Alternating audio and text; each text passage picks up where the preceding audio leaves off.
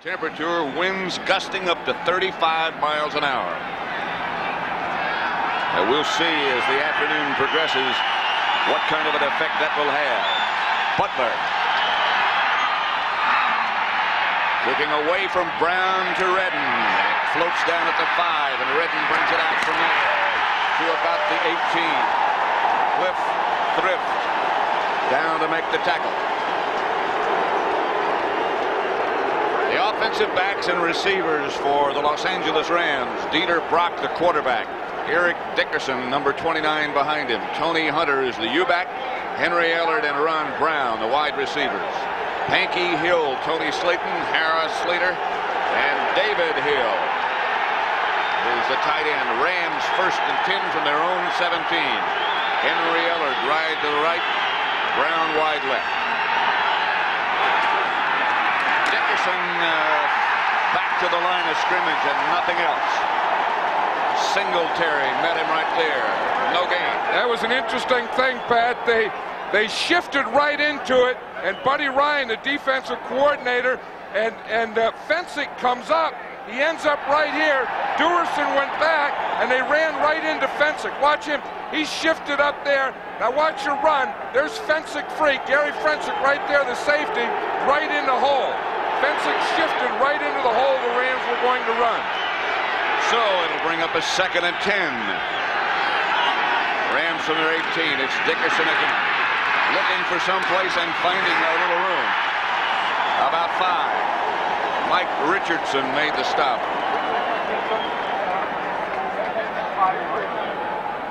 Let's see if we can see that shift again.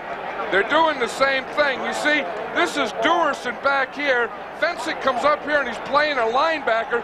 This time they get a pulling guard up here and he knocks it back. They said, I got a safety playing linebacker. Watch this. Watch Ken Hill when he comes around here. Watch the contact. Oh, right there was the right tackle, Jackie Slater. Tyrone Keys has replaced William Perry. And Dickerson is hit behind the line of scrimmage by Steve McMichael, and the Rams will have to punt.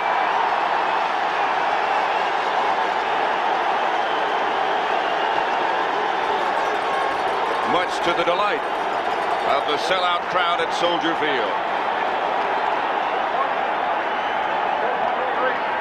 This town has gone Bear mad.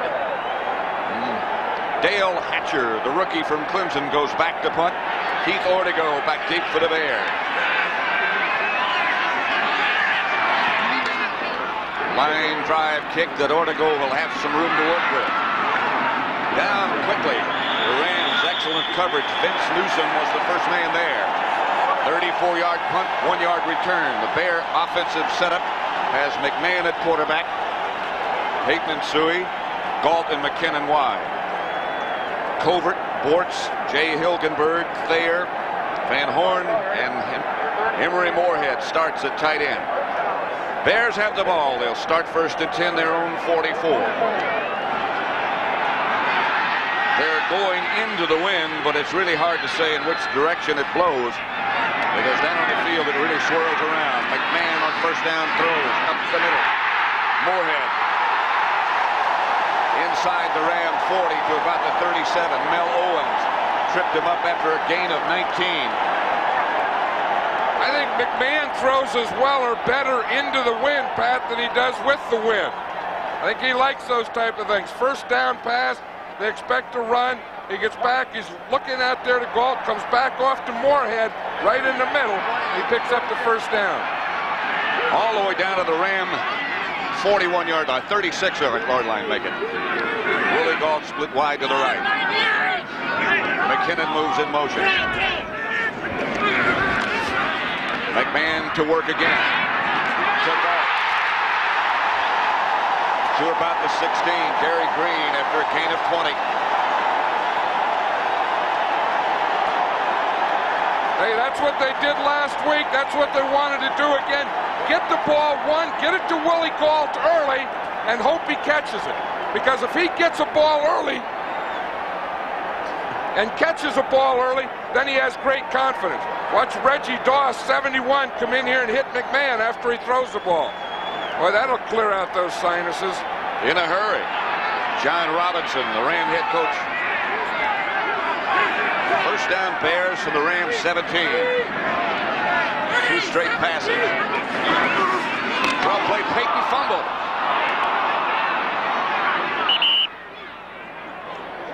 Not sure who got it. Mike Ditka looking on from in front of the Bear bench.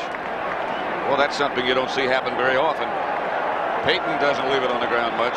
Covert made the recovery for Chicago. Well, the Ram defense got some penetration, and they got to Peyton before he got to the line of scrimmage. But that's the type of thing we were talking.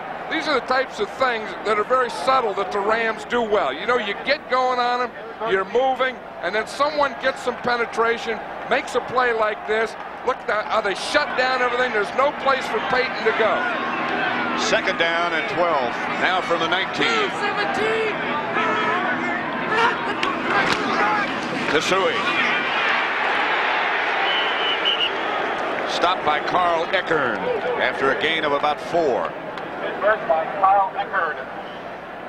Let's check that Ram defensive lineup. Up front, Doug Reed. DeJournay starts, but they alternate at the nose tackle position. Reggie Doss at right end, the linebackers, and this is a good group. Owens, Eckern, Collins, and Wilcher.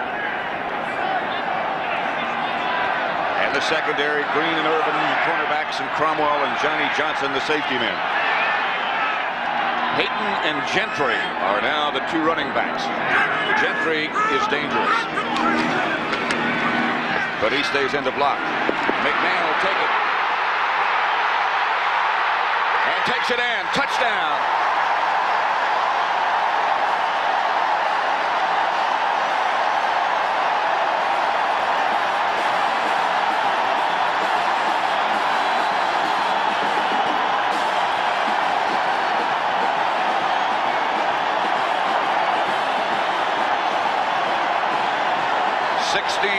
Touchdown scramble by Jim McMahon.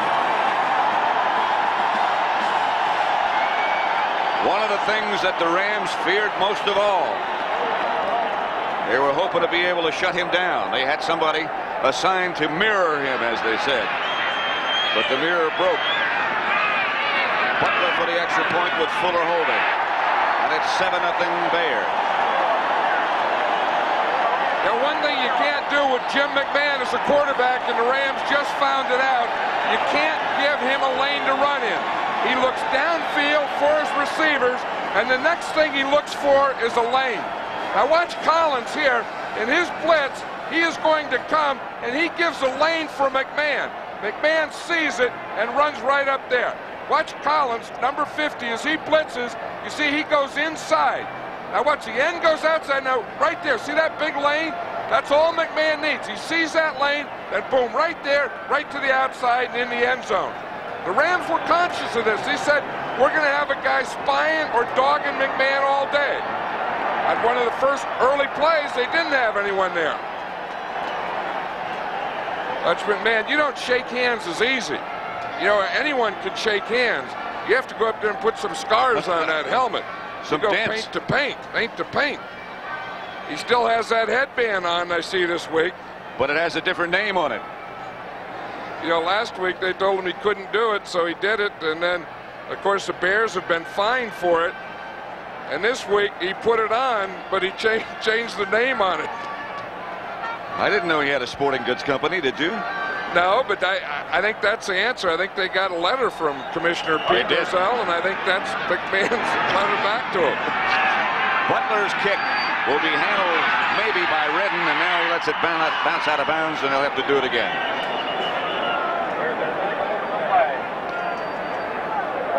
A 16-yard touchdown run by quarterback Jim McMahon as the Bears of Mike Ditka on top 7-0. The scoring drive then, 5 plays, 56 yards. They kept it 3 minutes 11 seconds. They threw it the first 2 times, and then McMahon scrambled in. 19-2 when they score first. That goes back to last year. They've scored first. Now they'll have to kick off again. You know, it's an interesting thing as we watch Kevin Butler there getting ready to kick off. When he was in college, of course, they used the tee. So after he was drafted, he stopped using the tee, started kicking off the turf, and became very proficient at it in a field goal. and then he had trouble getting back and using the tee again for the kickoff. He's changed the height of that tee several times, and now Brown and Redden swap spots. Butler saw it. It's going to go back to Brown if he can handle it, and he handles it 2 yards deep in the end zone. Redden says stay there, and he does. You realize he kicked that ball from the 30? 75 yards he kicked it. Well, that's a pumped up kicker. You know, Butler and McMahon are best friends, and I think after McMahon goes out and scores like that, then Butler says, heck, if he's going to do something, I better do something. Then he kicks it out of bounds, and he goes, wow, now I really have to do something. So if we're going to remain friends. Yeah, he put the old backside to that. As they say, he got all of it. First down, Rams, their own 20. Dickerson moves into the back of the eye. Dieter Brock throws outside, intended for Duckworth behind him. The Bear defense has become very well known, but just in case you don't know them, Hampton, McMichael, Perry, and Dent start up front. The linebackers, and this also is a very good group, Wilson, Singletary in the middle, and Wilbur Marshall. And the secondary, Richardson and Frazier to corners, and Durson and Finsick, the two safety men. Dickerson stands alone behind Dieter Brock. David Hill in motion. Back to Dickerson. Against the grain, and Dickerson gets back to the line of scrimmage and lunges for a yard perhaps. Mike Singletary on the stop. One of the interesting things the Rams and Dickerson were saying that we probably won't be successful early running, and they're becoming very prophetic because they're not successful early running, but they think if they just keep it going, keep going at him, keep popping away, that they'll wear down this defense. I don't know about that. I don't either. Dickerson, as you saw, was very successful last week. Third down. Duerson showing blitz. They pick it up. Brock throws for Henry Ellard and throws it low. And again, we'll see Dale Hatcher to punt.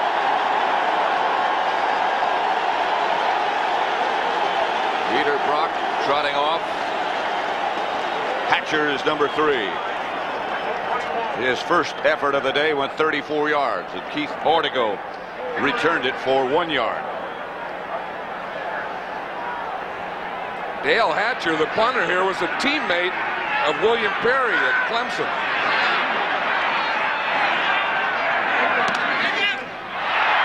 That one, it will be handled by Duerson right at midfield, and again the Bears will have a good shot at it. Again, it's very difficult to tell which way the wind is blowing. That would look like it hung up there a long time. Looking down at Soldier Field, of course it's sold out. But what you can't believe, I'm sure, is the temperature right by the shore of Lake Michigan is 38 degrees. It's supposed to go down as the afternoon goes by. But right now, other than the wind, it's almost unbelievable. 7-0 Bears. They have the ball first and 10 at the Ram 49. Jim McMahon. I think in today's football, well, in any football, I think if I could pick a guy to quarterback my team, I kind of like this guy. He can do the things, handoff, run, ball plays, all that stuff. But he's a tough guy. He has a lot of charisma. He leads this thing. He'll do the different thing. I think his day is about 28 hours long. First down from the 49. And back he goes again. Screen pass set up very well to Payton as he steps out. Payton to the 30. Gary Green finally stopped him, but Payton did that little jig step that's become so familiar and broke out of the pack. And I'll tell you who made the block. Jay Hilgenberg, the center, gets out there. Watch 63. He's going to block. Now run right down the line. And he's going to see someone reads it. I got to pick him off. Now watch 63. Boom! Picks him off right there. Now that frees Payton. Now Payton can put that ball out there and do that step and do all that stuff. But Hilgenberg got out there and he goes whap, and he just scrapes Mel Owens right off him. Hilgenberg has had one terrific year. Hit it for the Pro Bowl, and deservedly so. To Whiteman from McMahon, the backup tight end, gets about 8. And tempers start to flare just a bit. Jim Collins was the first man to hit him. That's what they say. You see that those linemen. Hilgenberg goes back there, and they all shake hands. Boy, that's good. You were out there blocking, fighting and stuff, they say. Hilgenberg was saying the other day, so you know the great thing about being a football player is you don't have to take a shower to go to work. Watch Hilgenberg here. I mean, he's in Dijonais. I mean, he hits him, gets the helmet in there, get that hand up there, boom, the right hand, then the left hand, then both hands, then another one, then the right again, then the push. Plays over, get a little help, go get some more. Don't take a shower, don't comb your hair. You don't have to do that stuff to go to work when you play football. Free agent from Iowa. Long history of football players and good ones in that family. Here's Peyton.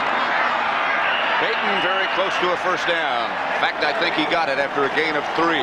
Owens and Eckern on the stop, 2 of the Ram linebackers. 6:33 left to play in the first quarter, and the Bears have thoroughly dominated. I tell you, they felt, I mean, everyone feels the day before, but they felt that it's very important to get ahead early on this team. Because if the Rams get ahead, then they can give you that big dose of Dickerson all day. But if you get ahead of them, then it doesn't mean as much. Galt is wide to the left. Suey sets up as the flanker behind Reitman to the right. McMahon goes quickly to Galt. And Galt in the grasp of Leroy Irvin. Still got 6. That was an audible there. They saw Leroy Irvin off, and they audibleized to Galt. Now, it's a quick pass. Now, watch 74, Jimbo Covert here. He has to cut Reggie Doss, the end man. See, cut him down so that gives McMahon the lane to throw that short, quick pass out to Galt. So you got to get that end man down. Then he can't get his hands up to knock the ball down. Get his hands down, get him down. That's the way to do it. Covert cut him right out of our picture. Second down, back to Peyton. Peyton behind the line of scrimmage by Mel Owens. A loss of a couple. Man's probably thinking I should have audibleized to another pass. You know, the offensive coaches call the plays for Jim McMahon, but he can audibleize. And usually his audibles are out of the run that they call into the pass that he wants to throw. As much as a third of the time, he said yesterday, against some defenses. However, the Rams sort of stay in the same defense, so audibleizing is not all that necessary. In this situation, Mike Ditka likes to run. McMahon likes to pass. Third down and 7. McMahon incomplete. Intended for Galt as he cut across. Now it looks like the wind has changed, so it's going left to right, which would mean it's behind the Bears. I'll tell you, if you're a player or a coach or a kicker or anything, and you start worrying about the wind and try and figure out, they take you right from the field to some metal joint. Kevin Butler from 33 yards away with Steve Fuller holding. Butler missed 3 times last week as they shut out the Giants. But he had a great year.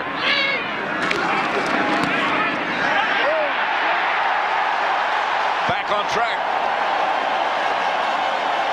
And the Bear lead increases to 10-0 with 4:26 left to play in the first quarter. 10-0 Bears, 4:26 left first quarter. Butler will kick off to either Brown or Redden. Last time he kicked off, at the last second, they swapped sides. Obviously, Butler would like to kick it away from Brown, not intending to insult Redden. See if they switch again. That's what they're trying to do. The Bears are trying to do what they call spot kick. Kick to a spot, then have all their cover guys run down to that spot. This is not a very good kick, and it's going to be handled by Brown at the 19. Don't forget, he's got that great speed. But he only returns it about 5 yards, 6 yards before Morrissey and Thrift bring him down. You know, of all the things that the Bears have done well this year, the one thing that they didn't do well was their kickoff coverage. That's one thing they've been worried about. all year. And, of course, when you're playing the #1 guy in Ron Brown, they've been worrying about it mostly this week. They had a pretty good start. 1st and 10 for the Rams. They're at their own 25. There is no safety man. Over Brown's head. They had a bundle if they complete that one. They didn't have any safety in the middle. In fact, they didn't have either safety on the field, Fensick nor Duerson. And they had a 5 defensive linemen. Watch all these guys up here. Here's 1, 2, 3, 4, 5 defensive linemen. Then they had 2, 4 linebackers. So they were 5, 4, and only 2 defensive backs and no safety. That's putting a load in the middle. That's one we haven't seen before. Now they go back into that shift. Fensick comes up. Dickerson comes out of there. Dickerson tripped up by Singletary after a gain of 6. I think the Rams have that shift figured out now. They're shifting Fensick up, and every time we've seen them do that this year, they've run right at Fensick. That time they did again, but they had a blocker on Fensick. They had a little success there. Brings up a 3rd and 4 situation. Brown wide left, Ellard wide right. Dickerson standing right up behind Brock so he can hear what's going on, and now he backs away. Here's Eric Dickerson. He did not get the 1st down. Looked like there could have been. It must have been a fumble. Well, David Hill ended up with it. Yeah, the ball came out of there, and David Hill recovered the fumble for a 1st down. They had Eric Dickerson stop. Dickerson looked like he left his blockers too soon. Watch the guard and the tackle pull here.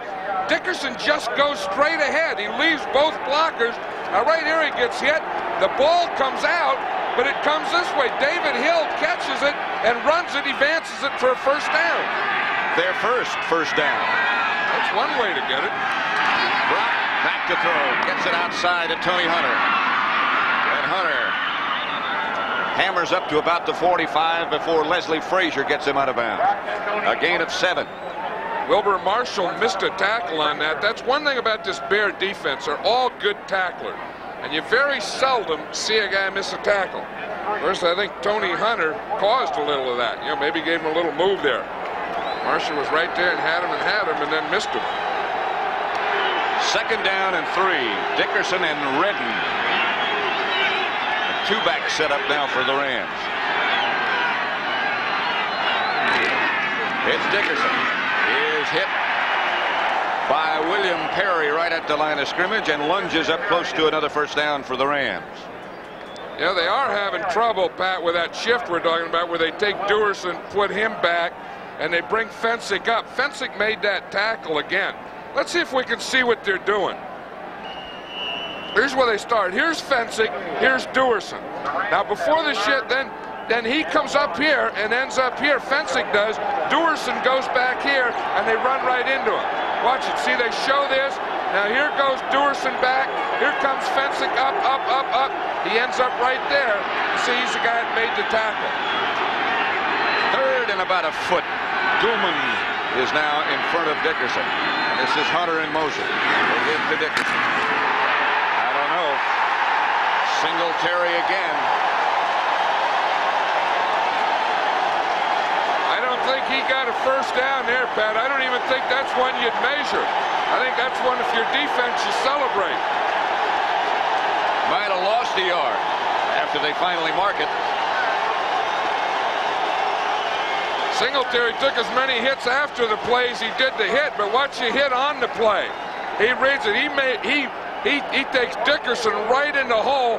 The first thing as a tackler you want to do is stop his momentum and straighten him up. Then after you get him straightened up, the next thing is you get him going backwards. Those two have met before in college and the other times they've played since they've been professionals. Dickerson from SMU, Singletary from Baylor. Hatcher's kick sails away from Portico. He lets it bounce out of bounds, and the Bears will take over at their own 19. 1 minute 17 seconds left to play in the first quarter. 10-0 Bears over the Rams. Penalty marker down, and the conference goes on with Jim Tunney, the referee. It's against the Rams. Number 51 downfield illegally. Penalty is declined. First down.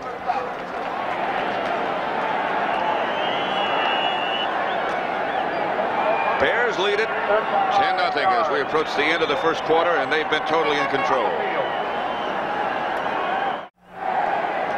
The crowd is intense, and the hitting on the field is intense. Eric Dickerson and Mike Singletary just had a violent collision just a minute ago, and Singletary won that battle.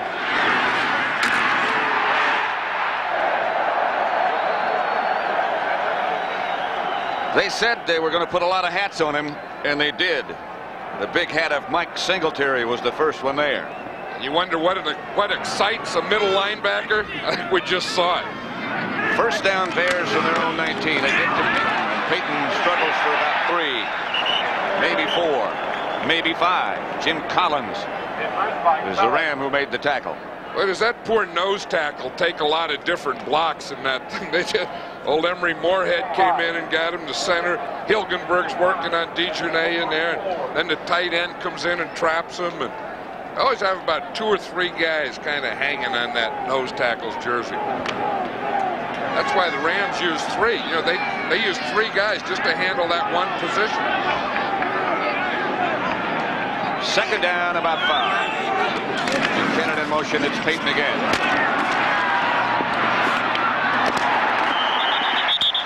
Jumped away from Nolan Cromwell and from Gary Green, and jumped very close to a first down.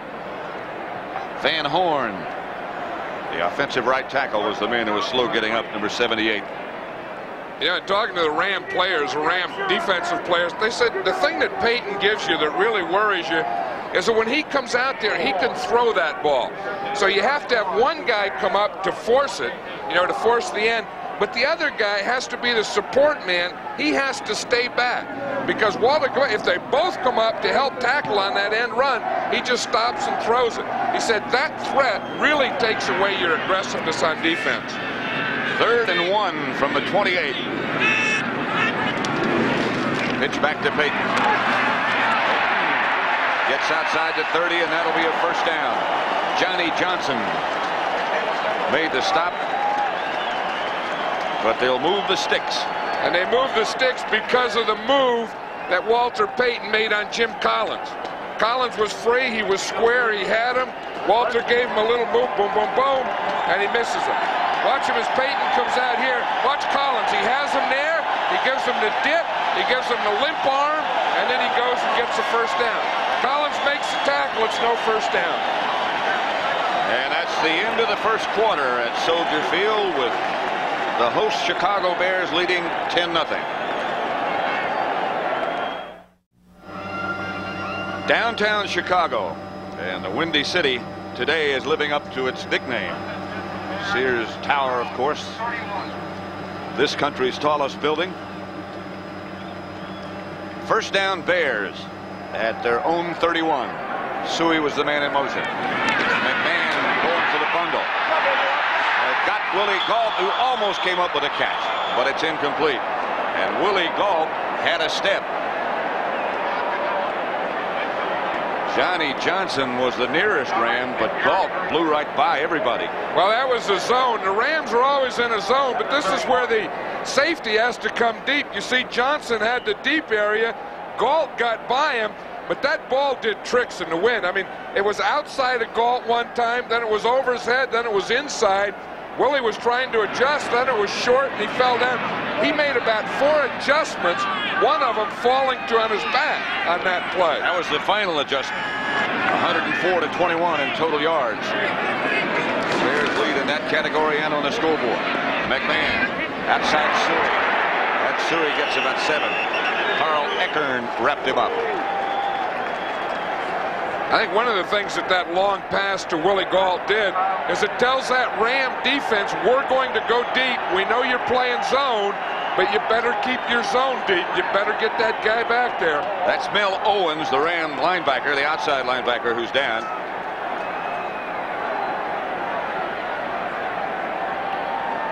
5-year pro from Michigan. The Rams have 8 linebackers.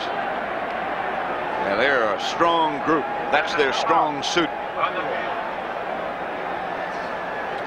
Let's go back and see if we can figure out what happened to Owens. Well, he made the tackle on this play. I think he ran into Suey right here and his own guy, Carl Eckern. See Eckern on top? Eckern was tackling, and as he was tackling Suey, he was spinning around, and that went right into Mel Owens. And Collins was on top of all of them. Still 10-0.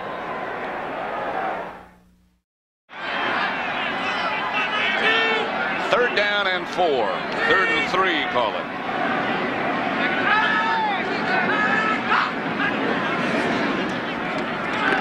McMahon under pressure. Throws high, intended for Payton. They put the pressure on the quarterback. Jim Collins was the leader, along with DeJournay. Well, they had good pressure. The other thing they had was excellent coverage. That's what McMahon is still looking for, someone that was open. They had their nickel package in, their extra defensive back, the Rams did, but they had all the Bear receivers covered.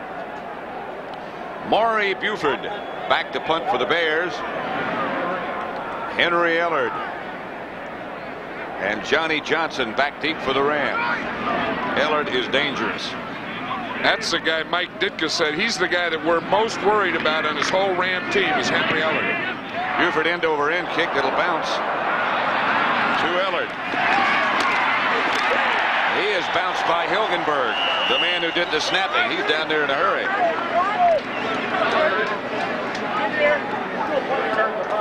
Next Sunday, the season's premiere of CBS Sports Sunday, featuring the 1985 All-Madden football team and the World Triathlon Championships. And I would think that Mr. Hilgenberg might certainly be a candidate for the All-Madden team. I'm not asking you. Well, no, he is. I mean, a guy that does that, he, plays center, snaps on punts, run down. His whole family, they all had center. Those guys never played catch in their life facing each other. They used to be in the backyard, and all they'd see is the backsides going all the time, and, shirt hanging out, stuff like that. There was a guy who was on it last year, Bill Bain. Bobby Duckworth will split wide to the left. Here's Dickerson, chased by Wilbur Marshall and taken down by William Perry. A loss of about 4.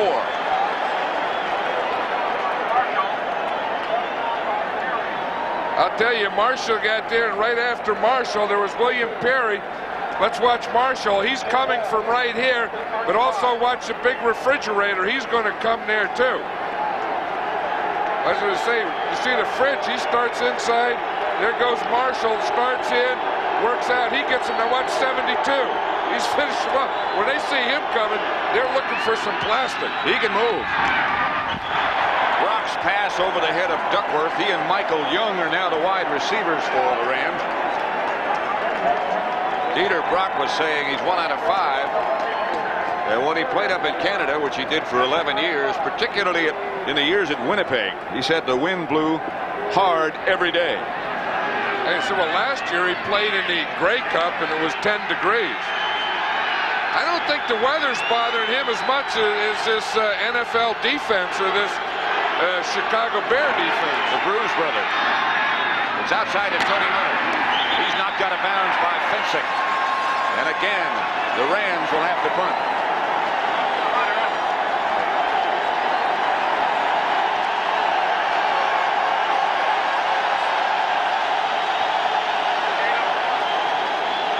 Otis Wilson. This city is Bear mad, particularly about the defense.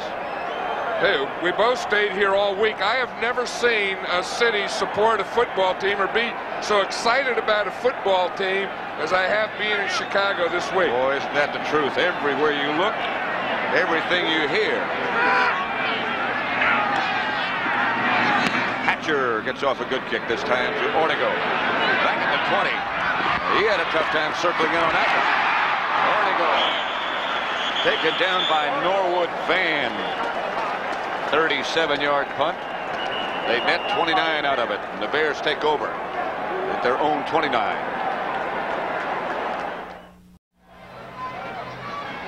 Let's watch what the wind is doing here. Here's the snap to the punter, Dale Hatcher. Watch how it just starts going out, out, out, out. He catches it outside. Then when he punts the ball, he punts it right here in the right hash mark, and it ended up outside the left hash mark. Ortego did well not to fumble it. Hatcher did well catching it. He did. Inside handoff to Calvin Thomas, and it didn't fool anybody. Reggie Doss. Jim Collins on the tackle. That's a type of play that really isn't going to fool this Ram defense, because they're a stay-at-home, read type of thing. Everyone just play their area. They started Walter Payton one way, then they came back underneath. But the Ram defense is a very disciplined group. Of course, then you say, well, then how come they gave McMahon the lane to run in for the touchdown? I don't know. That time they weren't. Their whole philosophy is very simple. Second down and about 11. McMahon back to throw. He's under pressure, and here he comes again. McMahon slides about a yard shy of the first down under Carl Eckern. Picked up 9. McMahon says he doesn't understand that rule. He says, what's the rule? He's telling the referee, Jim Tunney, he said, they told me that if I slide feet first, they don't hit you, you're down. If I slide head first, they can hit me. So I changed from sliding head to feet, and they still hit me. What's the deal, ref? Watch him here, it's the same thing. Now, number 69 is Meisner. He's the nose tackle. I think he was supposed to be spying on McMahon. You see him coming here? He's just not fast enough. McMahon gets by here. Now he gets the play.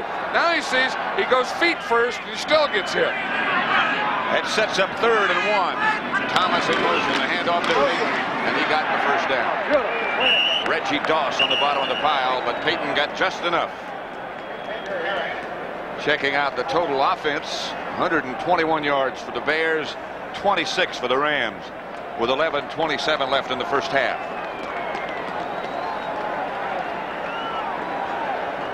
There's the fridge. I saw him out here earlier, and he was just in a T-shirt. You know, he's getting that weight down. And I've always noticed when a guy gets his weight down, he starts wearing a lot of T-shirts. You know, when you have your weight up there, you wear a lot of coats and stuff over you. You thought his weight was going down? I think his weight's going down. Yeah, I do. I think that 7 and a 2 is getting closer to the middle of his body now. Looked like a full package to me when we were down on the field before. He said one thing. He said, I'll tell you, the wind doesn't bother me. He said, I feel sorry for those receivers. Fridge can anchor himself in there, but he stays where he puts those feet.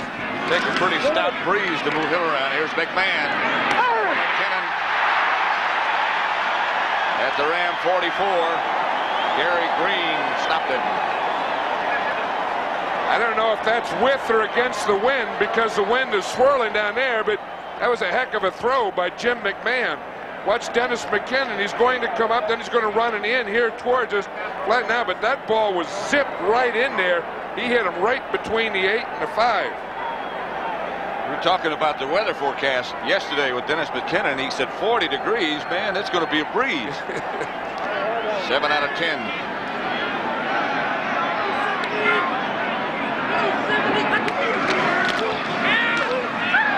McMahon is down by Reggie Doss. First sack, and McMahon scrambles to his feet angrily.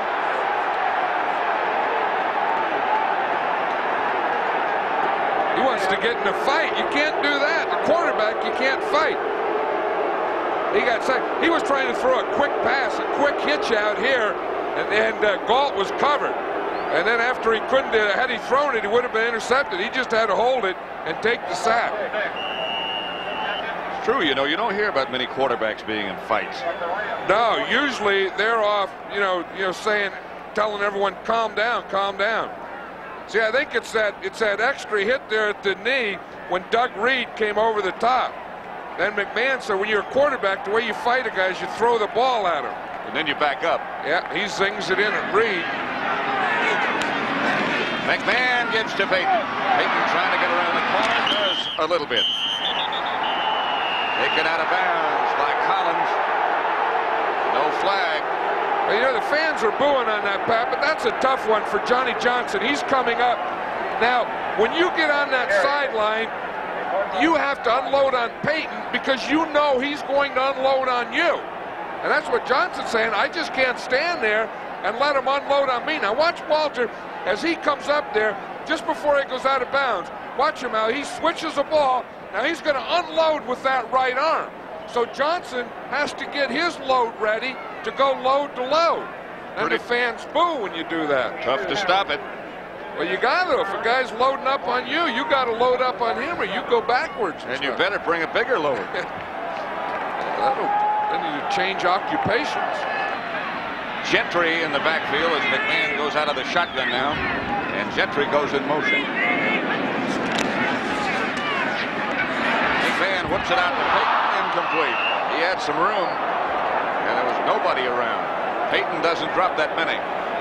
Well, that's the thing with that zone defense. The Rams are always in a zone. When you go short like that, there won't be a man on you. Walter knew that. There was no one there. There was no one within 10 yards of Walter Payton on that one. He was thinking of the moves he was going to be making. So Maury Buford comes on, and Johnson and Ellard go back deep for the Rams.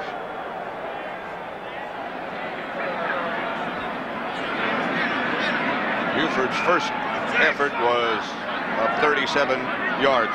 Leroy Irvin. I said Ellard. It's Leroy Irvin back deep.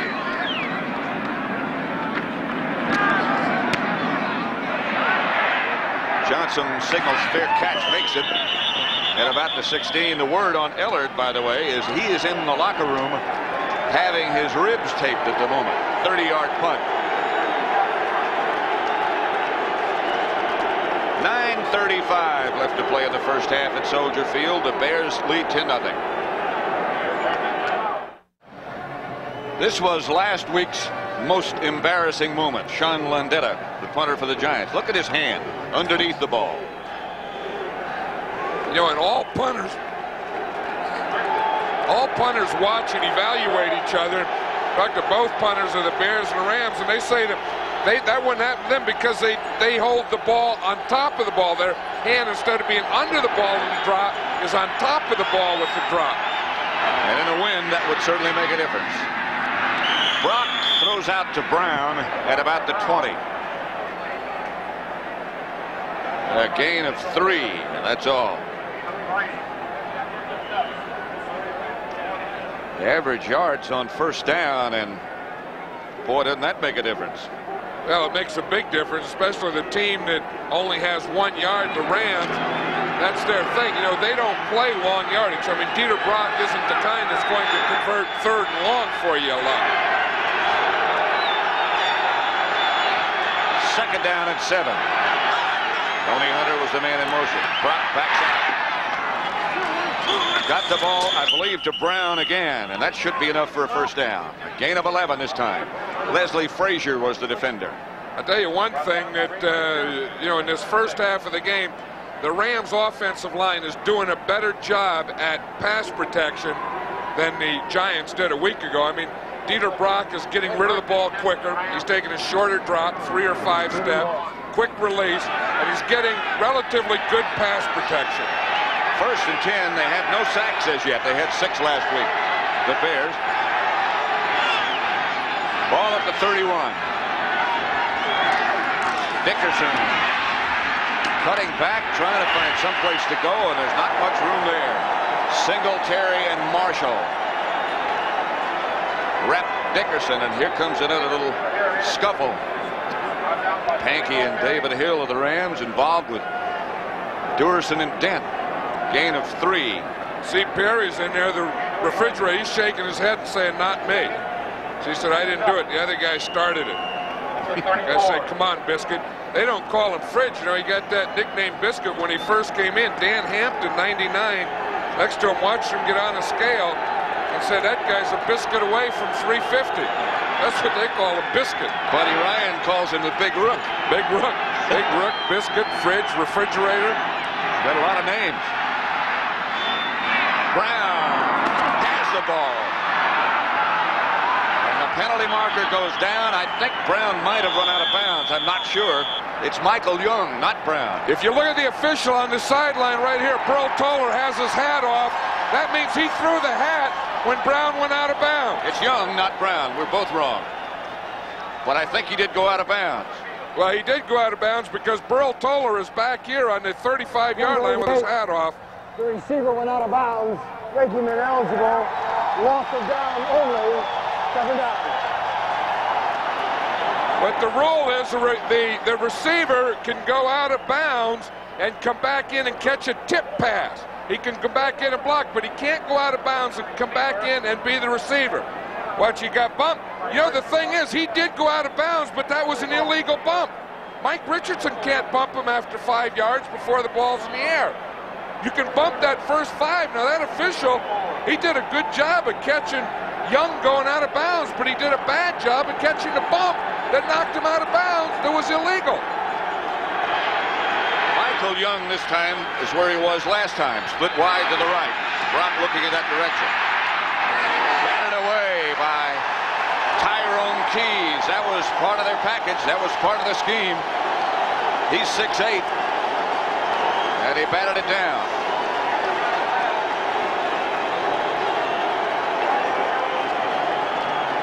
Buddy Ryan has a new wrinkle, and that is to put Tyrone Keys in on passing down. They have their 46. Buddy Ryan calls Keys too tall. So he said, we're going to put too tall in there because Dieter Brock is going to have a tough time throwing overs, and we want yet another tall guy in there. Brock is only 6 feet. Hatcher to punt. That's a good one. More to go. Sandwiched at the 25. Mark Giroux. I think there may be 2 penalties down there. The official threw a flag and a hat.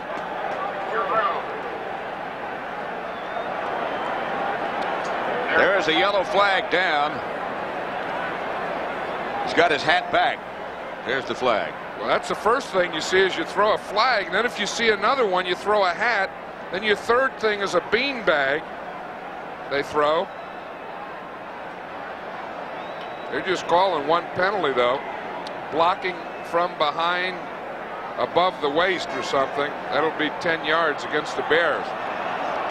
Has a 44-yard punt by Hatcher. Block on the return. Number 29, Chicago. 10 yards. First down. Call against Dennis Gentry. 7:14 left to play in the first half, and the Bears continue to lead by that same margin, 10-0. Let's go back and look at that pass to Young a minute ago where he was called for being out of bounds. Look what gets him out of bounds. Well, of course, Richardson hits him there in the first 5 yards. Now watch that. He knocked him out of bounds with his shoulder and his right arm, and then Young came back in and caught the ball. They said that that was illegal. Now Art McNally of the league office says that that was incidental contact that knocked him out of bounds. I don't know if Robinson saw that one, but when he sees that one, he's going to say that incidental contact is what makes guys change professions. Changes the color of your hair. Yeah, that was a bad one. They can call it anything they want, but that was a bad call. First down, Bears. McMahon gets it outside of Peyton. Peyton gets it outside and out of bounds. Knocked out by Mike Wiltshire. Gain of only 3 as Tom Thayer was out in front of Peyton with a good block. Yeah, they did that play before, remember, and it was Jay Hilgenberg got out there with a good block, and as you say, that time the right guard, Tom Thayer, got out there and made that block. Bears have it 2nd and 7 from their own 19. 6:40 left to play in the first half. McMahon retreats, flag is down, and McMahon comes out of the pack. Stopped by Collins. But a penalty marker down. But there we see again the thing that Jim McMahon does. He's going to go against the Bears anyway, but he'll look for a receiver. If the receiver's not there, he looks for the lane to run in. And if that's not there, and if there's a penalty, then he smiles about it, and he knows there's more to come. He says, boy, this is a little easier today than I thought. 5 yards, still 2nd down. Still 2nd down. McMahon looking over to the sideline. It'll be 2nd and 12.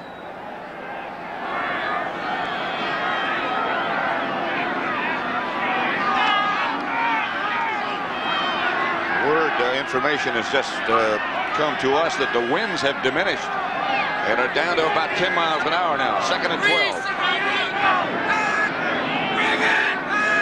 Moorhead on the move. And somebody else moved. Now that'll be against the Rams, and Jim McMahon got that penalty. What he does is after he takes a penalty, Bob Greasy used to be the master at this.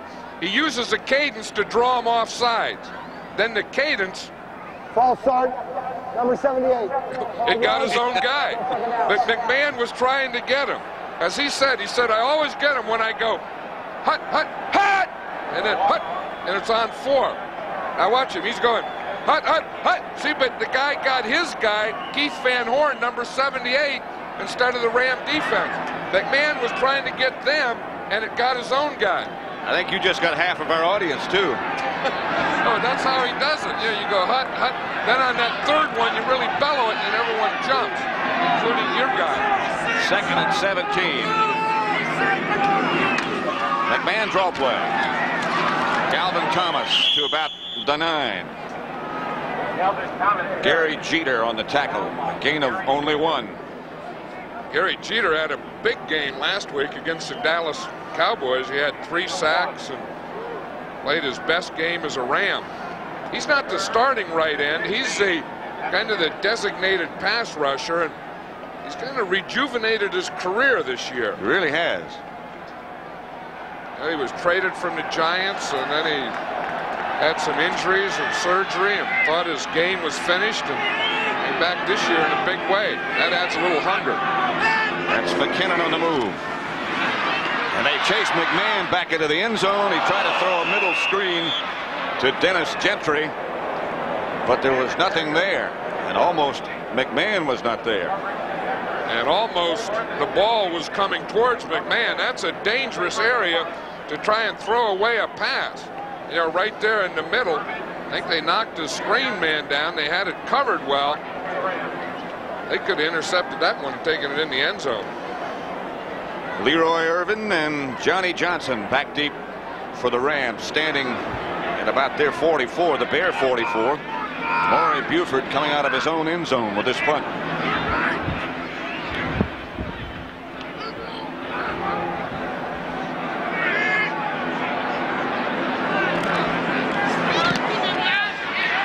Buford's punt bounces away from Johnson. It really takes a Bear bounce. Some confusion between Irvin and Johnson as to who would handle it, and it winds up all the way back at the Ram 35, a 55-yard punt. Of course, we have to remember that the top punt returner in the league, Henry Ellard, isn't in there. We have a backup in there, Johnny Johnson. It looked like they just didn't have their communication down, because there's no way they should have let that ball hit the ground. Look at John Robinson's reaction. You know, I mean, you lose 20 yards of field position on that bounce. That'll gray a few gray hairs on a coach. Henry Ellard is back now, got his ribs taped. Dieter Brock looking in his direction. Incomplete. Knocked away by Singletary. Flag is down, penalty marker down. If the wind is decreased, it's pretty hard to tell it. I think it may have decreased and then picked up again. No foul on the play. The ball was touched. Ball was touched. Incomplete pass. 2nd down. Singletary tipped it, so there's no foul on the play. What they're saying is here comes number 50, Mike Singletary. Now, because he tips the ball, then there can't be pass interference on the corner. See, the corner interfered, and had that ball not been tipped, it would have been pass interference.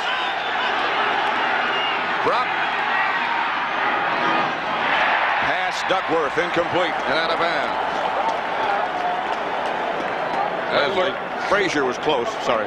That looked like a duck to Passworth.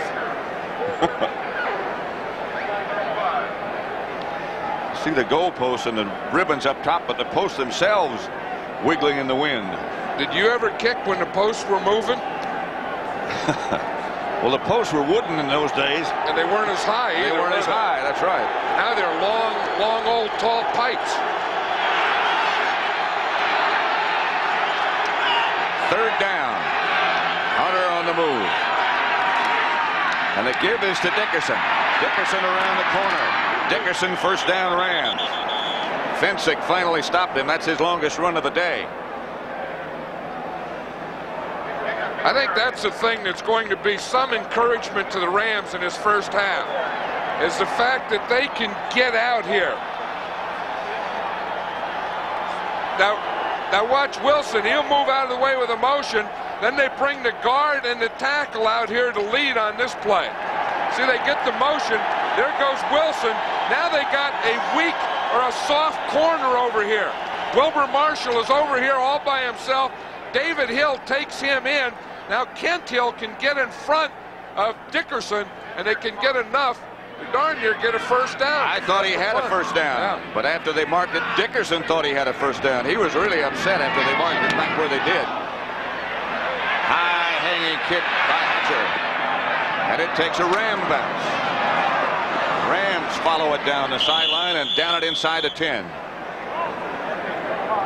Of course, you can say it's a mistake for the punt returners. You know, you have to catch that ball, but I think that's one of the things in this weather with this wind. That's a very difficult act. Rams down at about the bare 8-yard line. So it's 1st and 10 from there. As McKinnon comes wide left. Galt is wide right.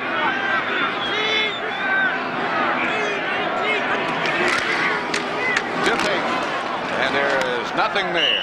Peyton might have struggled for a yard, but not much more. Reggie Doss was the first Ram there.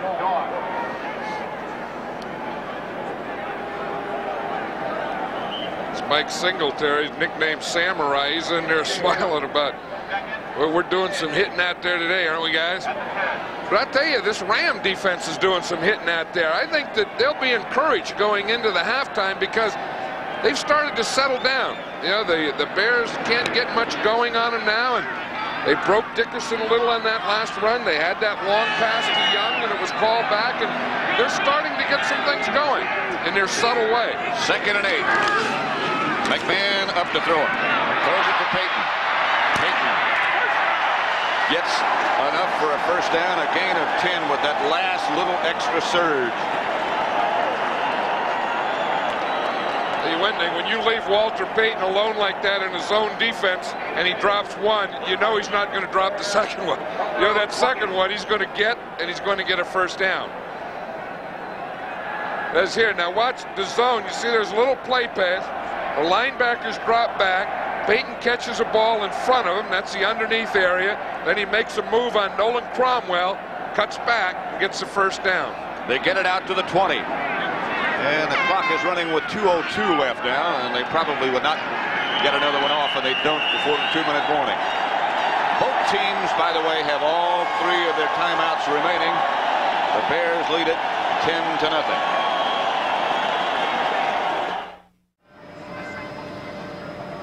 Looking down at Soldier Field. Earlier today, one of the people flying a helicopter up there where that camera is located was saying that the wind at that altitude was gusting up to 60 miles an hour. Amazing how steady they can stay under those conditions. 10-0. You have to be real steady to get in one of those things and go up there when it's 60 miles an hour. I don't think I'm going to catch you in one, am I? Never leave the ground.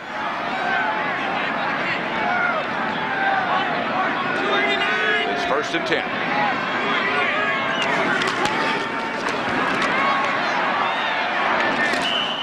Incomplete, intended for Matt Suey. Jim Collins on the coverage. Mike Wiltshire put a little pressure before he was picked up by Peyton.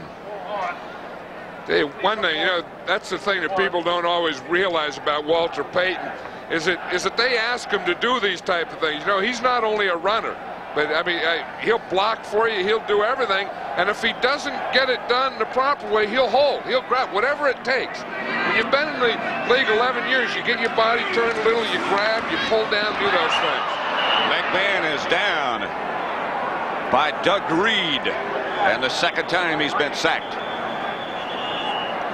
Hey, and Doug Reed came in. He looked like he was relatively free. Rams have called a timeout.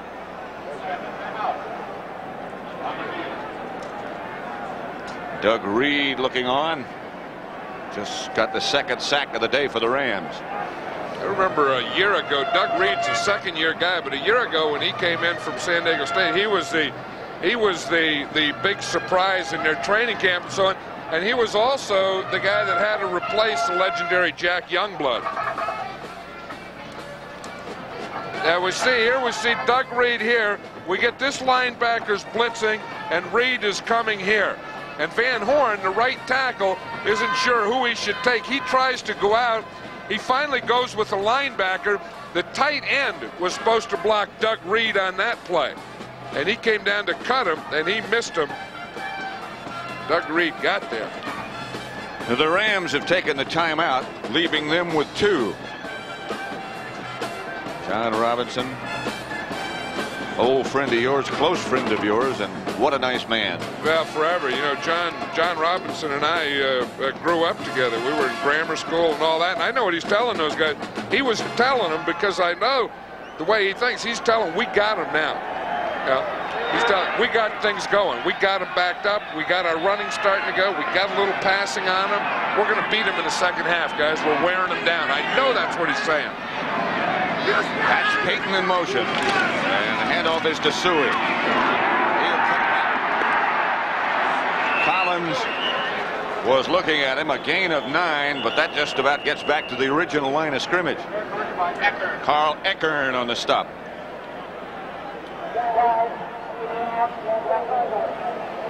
Rams take another timeout. And so now they have 1 remaining. The Bears have been built basically I should say, on very sharp draft choices and a lot of free agents. And a lot of it was done in 1983. Well, you know, of course, Muggs Hallis, that's George Hallis Jr., was the president at that time. And, you know, with all these things, and the McCaskies here now, and, of course, his father, Papa George Hallis. But Muggs Hallis, you know, had a lot to do with this team. And also, Jim Finks was the vice president and general manager at that time. And neither one of those fellas are here now, but they sure did have a lot to do with the makeup of this team. This was the draft in 1983. Look at the starters they got out of that single draft. Covert, Galt, Mike Richardson, Durison, Thayer, Richard Dent, and Mark Bortz. And that's a good year's work. That's a good 5 years' work. It sure is, because, you know, of those players, they're not only starters, but 3 of them this year are in the Pro Bowl. Right. So Maury Buford back to punt. And Johnson and Leroy Irvin stand at midfield. Buford's going to get it between them again, it looks like. No, Johnson makes the adjustment. Johnny Johnson back to the outside. Fumble.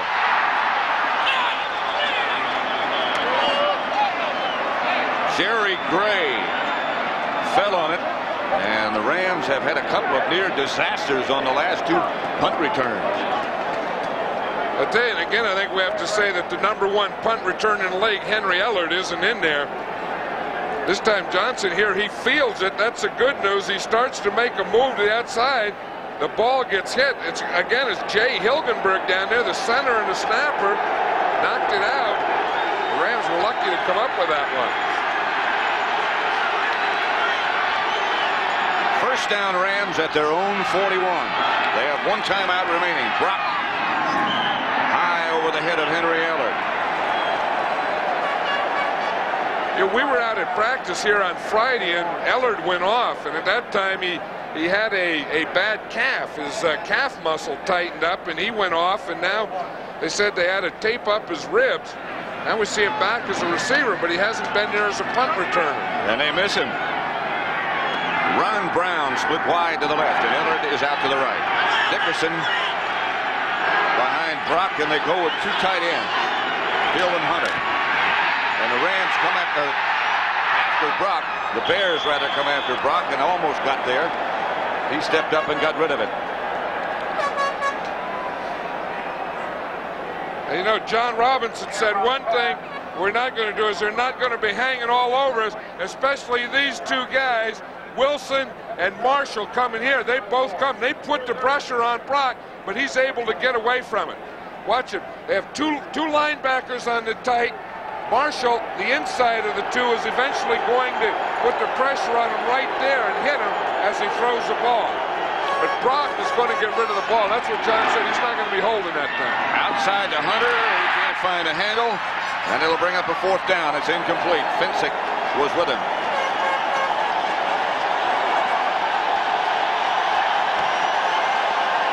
Listen to the applause for the Bear defense.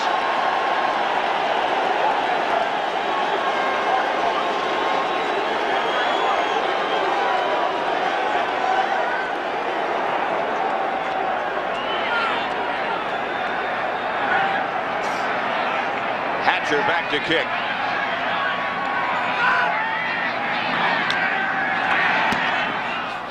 And it's a Honey.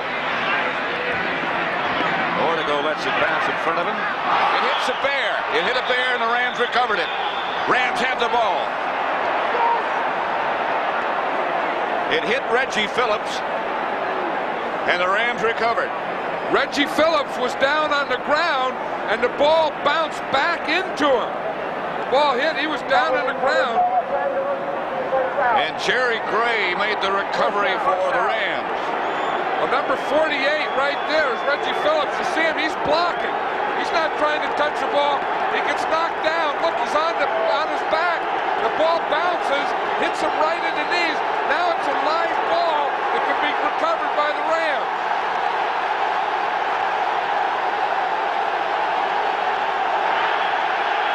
Much to the delight. The crowd is extremely loud. Hunter was the man in motion. The handoff is to Dickerson. He's down to about the 17. Finsick up to make the stop. The Rams have 1 timeout left. Clock running with 54 seconds left now. Dickerson got 4. Yeah.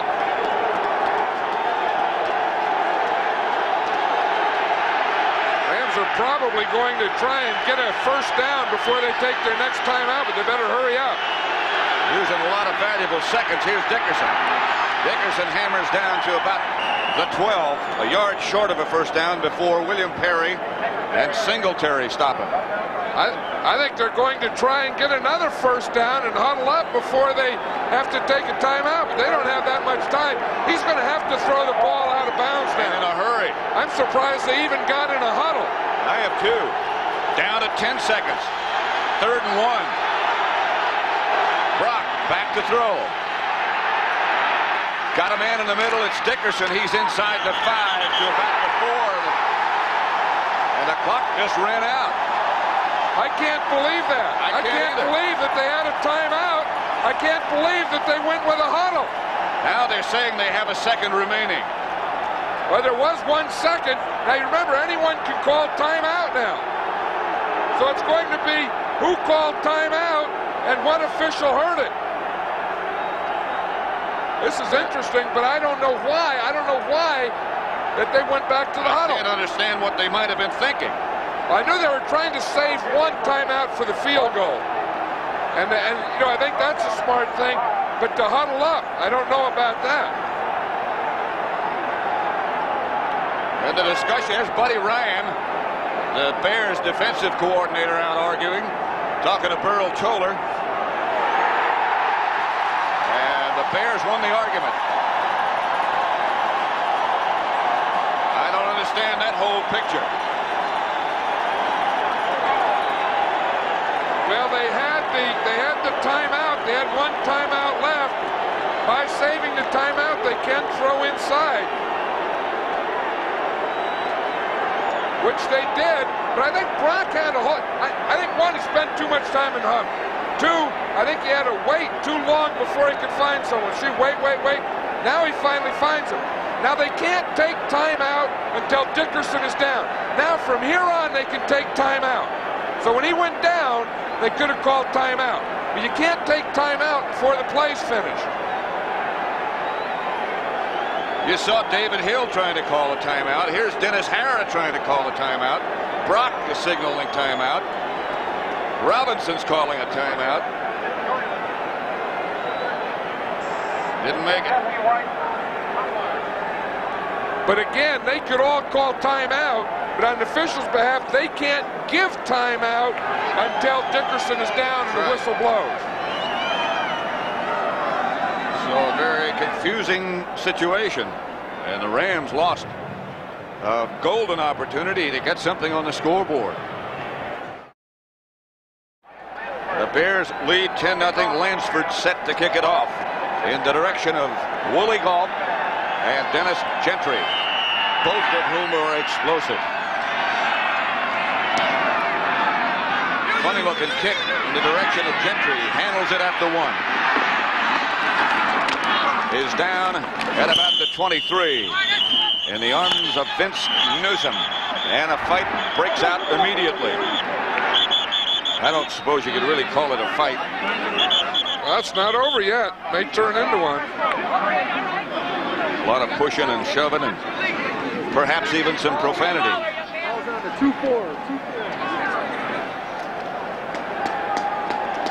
Calvin Thomas was the Bear involved, and Sean Miller was the Ram involved. They're the two guys walking off there. First down, Bears, their own 24. They lead it 10-0. Rams had 68 yards total offense in the first half. The Bears 152. I didn't hear what Jim Tunney, the official, said just now, but the things have been held up for just a minute.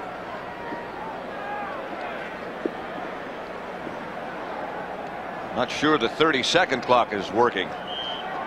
And that is the problem. It is not working. Maybe it froze. Things, you know, the wind gets to it, the cold weather gets to it, things just go boom, and they have what they call power pops. The chill factor got to it. McMahon coming out throwing as he began the game. Complete to Moorhead, as he did to begin the game. Collins on the stop. A gain of 8.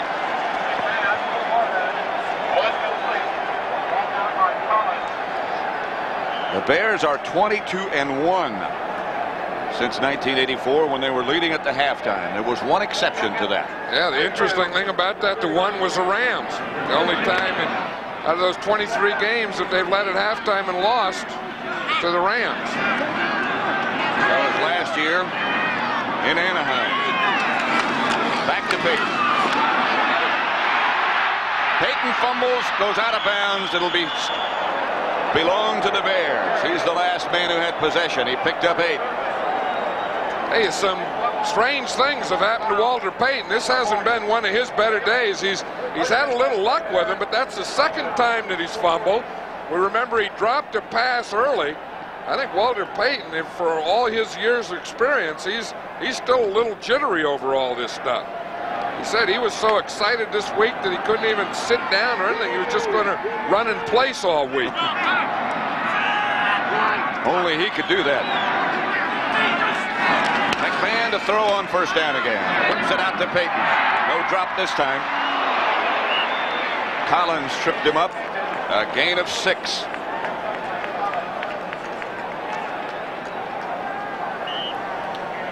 Bears took the opening kickoff, and McMahon scrambled in for a touchdown. Then they got a field goal by Butler, and since then that Ram defense has put a clamp on them. That's what I think. I think at that point the Rams kind of took over. I think they were a little unsettled. The Bears had things going early, and the Rams about that point, after that second score, they kind of took and got the control back. Suey this time.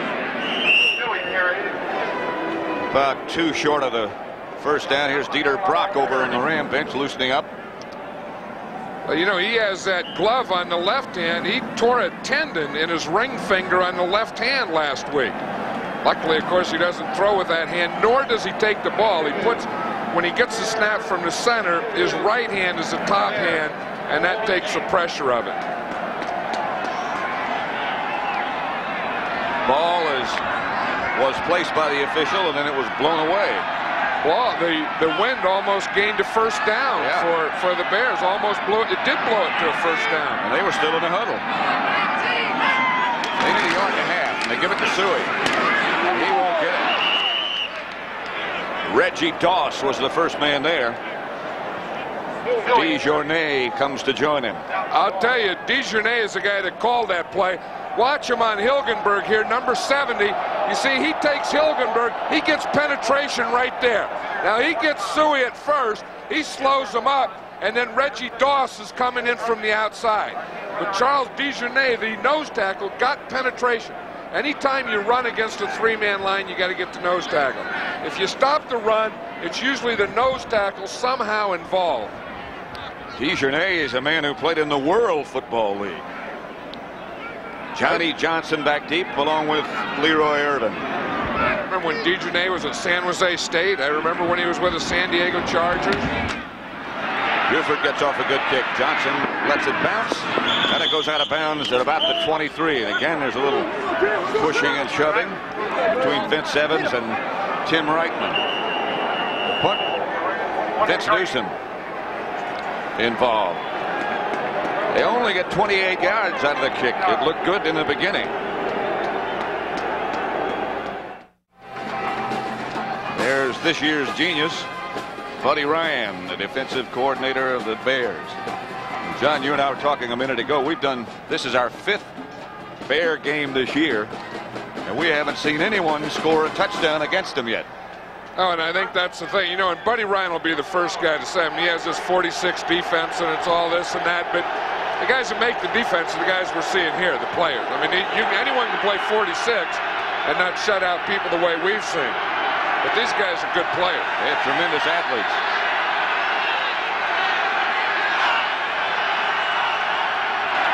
Brock retreats. Gives it to Dickerson. It's the same play that ended the first half. 6-yard gain. Dickerson, we were talking with him the other day. He said they don't even throw me the ball. They don't have any patterns. He said for this game, he doesn't have any pass patterns. He was probably just like a fourth dairy guy. You know, that was faking or supposed to be around there. I think he caught that with one hand, though, didn't he? Yeah. Probably that scuba sleeve he has on. Got it. Second and 4. To the scuba sleeve, I think. They've kept him under control, however. Dickerson got a good block. It's for Ellard. And it's out of bounds. Dickerson got a good pickup. I'll tell you, it was against Richard Dent, too. You know, he wasn't blocking a defensive back or a linebacker. Watch 95. There's Richard Dent.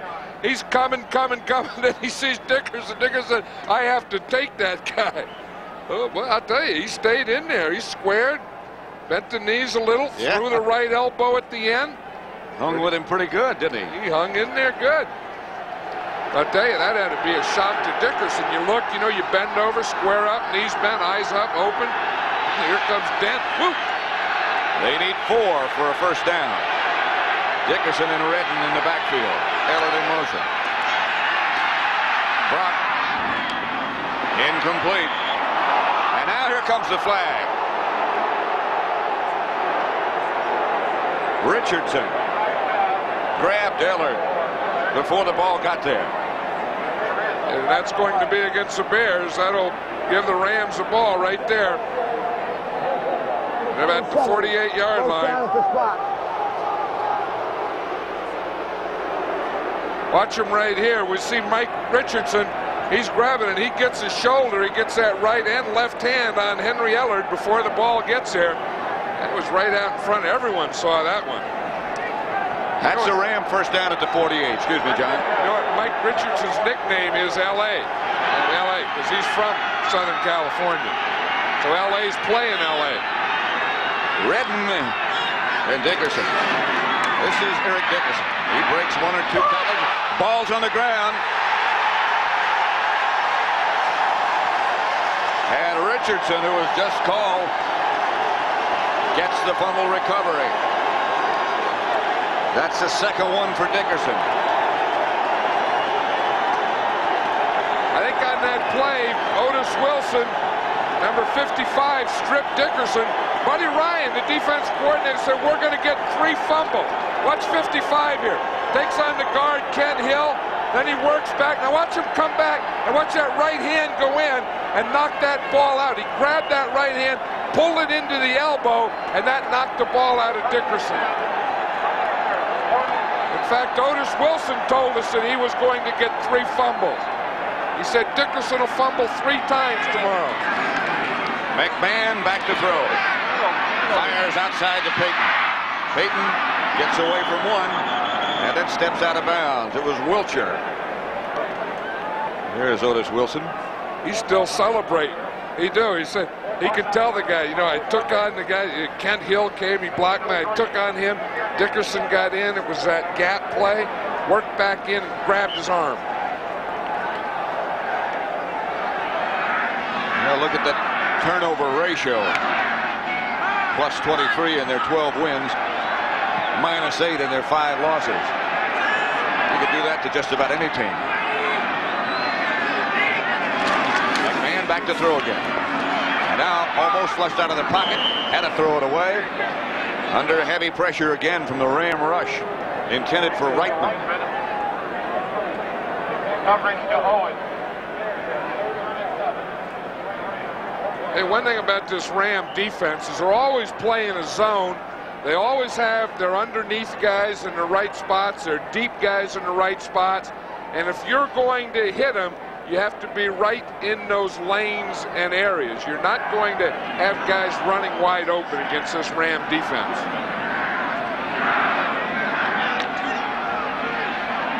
They have their pass rush group in there. The Bears have Marjoram in now as a wide receiver. And McKinnon is out. That's Gentry in motion. McMahon with a blitz coming, completes it to Galt. And that'll be enough for a Bear first down. McMahon is down. Slow getting up at least. I tell you, he threw that right between Leroy Irvin and Vince Newsom.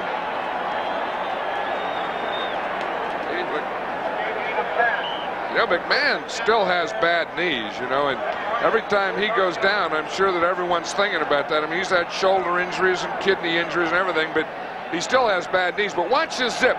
2 defenders. There's Irvin, there's Newsom, and he hit that ball zoom right between those 2 guys. And look what Collins does to him after he throws the ball. Boy, that jiggled that whole body. I mean, that put that spine in a different area. It's one you'll remember. He gives it back to Payton. Payton's going to be trapped for a loss and out of bounds. Leroy Irvin. But the Ram defense was right there. A loss of 4. That's the thing with a defense or a defensive coach. You know, when you have a guy doubled and you have him inside out and the quarterback still gets that ball in there, you wonder, what do you have to do? Clock is stopped with 9:32 left to play in the 3rd quarter. By the way, the 30-second clock now is operating. It's been fixed. There she goes. Marjoram split wide to the right.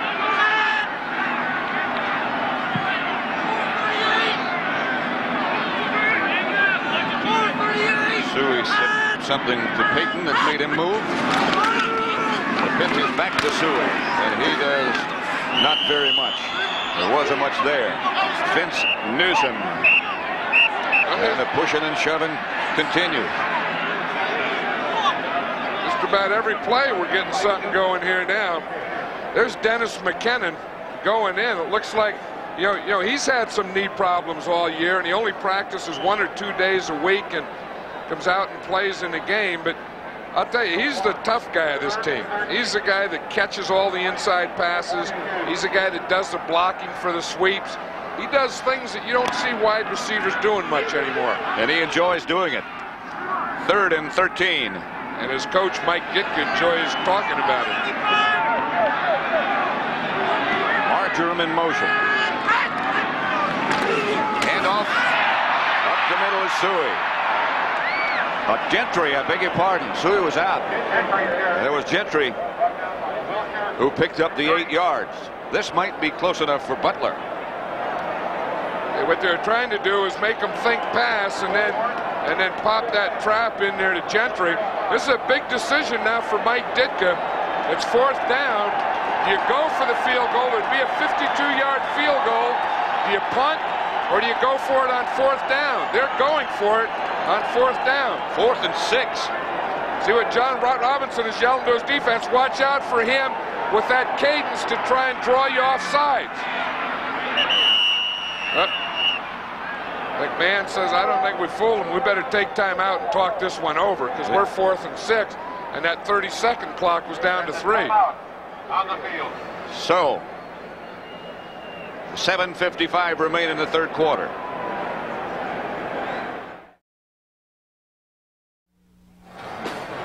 Head coach of the Bears, Mike Ditka, 4th year, 2nd consecutive year in the playoffs.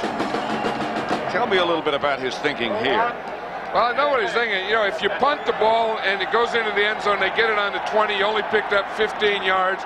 The field goal is 52 yards with a funny wind. You may as well take a shot at it. Your defense is playing well. They need 6 at least. They put Peyton in motion. McMahon on a sprint out, and he can do it. They got Peyton, and they got the 1st down. The gamble paid off. A gain of 13. They only needed 6.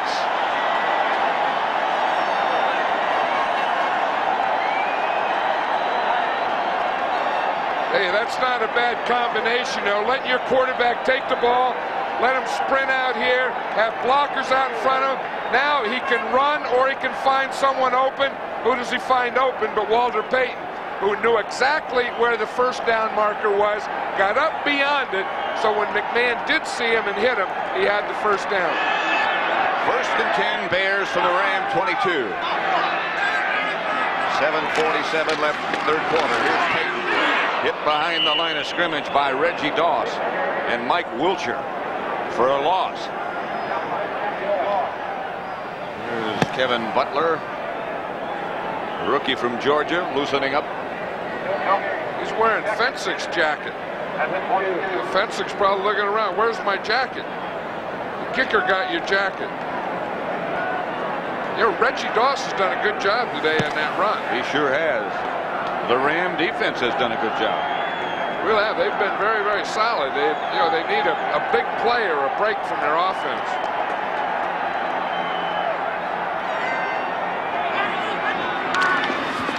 McMahon again sprints out. Throws for Galt, touchdown.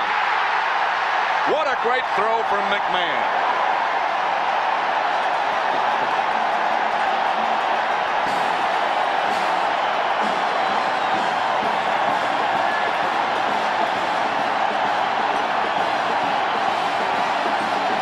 Touchdown pass of 22 yards. What a throw from Jim McMahon. And remember, it all went with Mike Ditka's decision to go for it on 4th down. He could have gone for the field goal. He could have gone for the punt. He said, baloney. Let's get that 1st down. Now we go for the shot of the touchdown. We can put him away right here.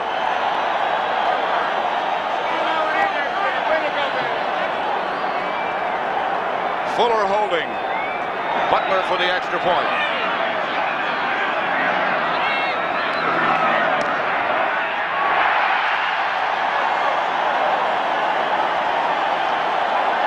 Bears move in front 17-0.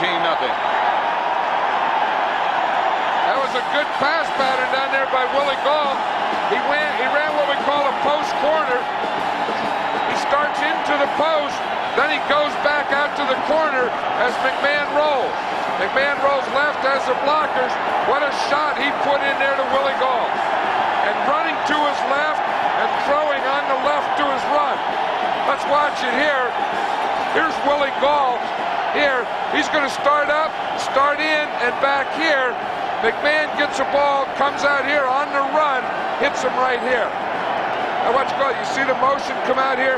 Gall starts in. See him come in there? Then he goes back out to the corner. The man reads him all the way and zips that touchdown to him.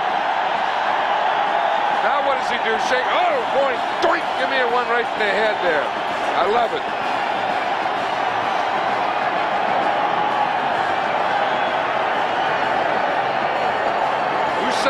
and celebrate. This crowd doesn't know that. The Bears pitching another shutout. 6:56 left in the third quarter as Butler kicks off. That's Ron Brown, a yard deep in the end zone. And now around to the outside. And with that great speed, Brown stays on his feet and spins outside the 40 to the 42 before Jim Morrissey brings him down. A 45-yard kickoff return by Ron Brown. Hey, Willie Gault was the safety man. He was the guy that was supposed to tackle Ron Brown if he breaks away.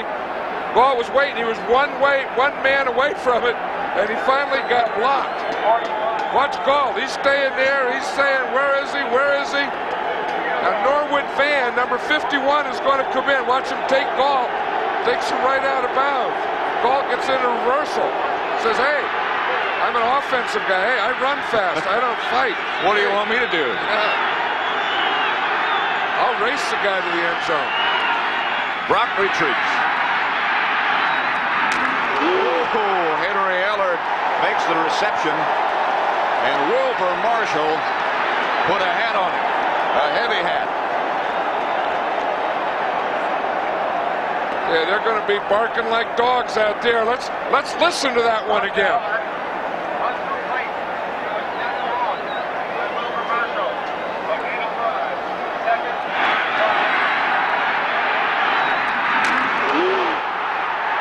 That hurt up here. Brock gives to Dickerson. Dickerson whirls to the outside and picks up a first down at the Bear 45. Singletary after a gain of 6.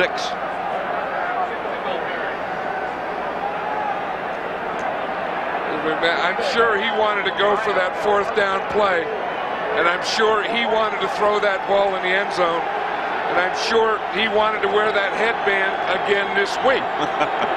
Last week he got a letter from the league office that he couldn't wear it, so he wore it. This week they got another he couldn't do it, so he wore it again. He just changed what was on the front of it. Here's Dieter Brock with time. Pass is picked off by Leslie Frazier. Frazier with the interception, intended for Ellard.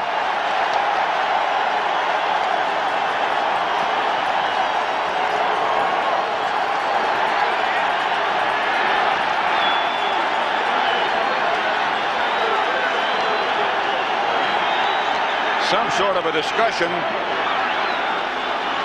but it's Bears ball. No foul in the play. No foul. No foul. Leslie Frazier looked like he was there all the way and comes underneath for the interception. Watch him. He's on Duckworth there. He's running now. Instead of following behind him, look, he takes the interception angle all the way. He got underneath Duckworth, then he was running with him, and he got the reception. The interception. I'll tell you, there's a guy, I think he's one of the reasons for the success of this Bear defense. Well, you have to have good cornerbacks in order to be able to play that defense. Well, you leave them out there naked on an island by themselves, those two corners, and if they can't cover man-to-man, you can't play that defense. McKinnon is back, by the way. He had a bruised leg, but apparently it's okay. Here's Suey straight ahead. Collins on the stop after a gain of 6.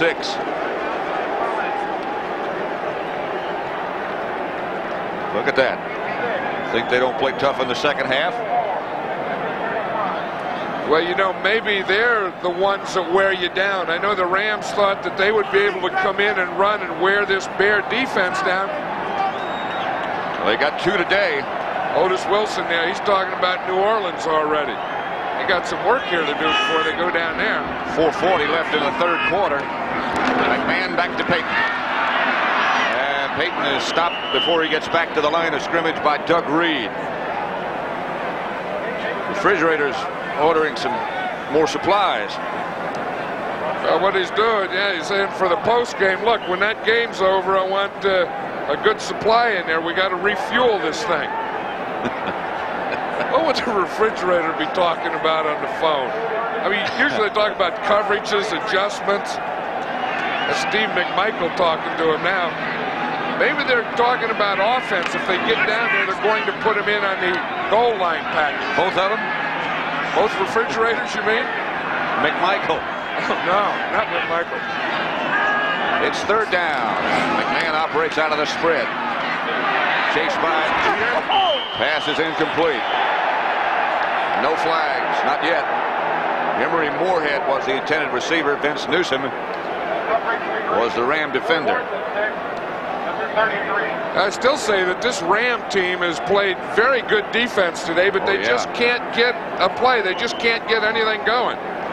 Because they've gotten the ball. The defense has gotten the ball back for the offense. They've done some things for them, and they just can't take advantage of it. But as you say, of all the games we've done, we've never seen a team score a touchdown against the Bears. So that's not easy. We saw the Jets get 2 field goals, but no one else. And no one's gotten in the end zone.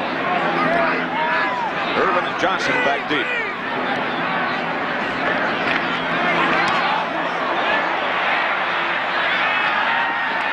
Irvin. And there's your penalty marker. Gentry on the stop. That flag looked like it came right off the Bears bench or the sideline. Wilbur Marshall was running in with the flag. This Bear defense is so excited, can't wait to get out in the field. They're running in before the return's finished.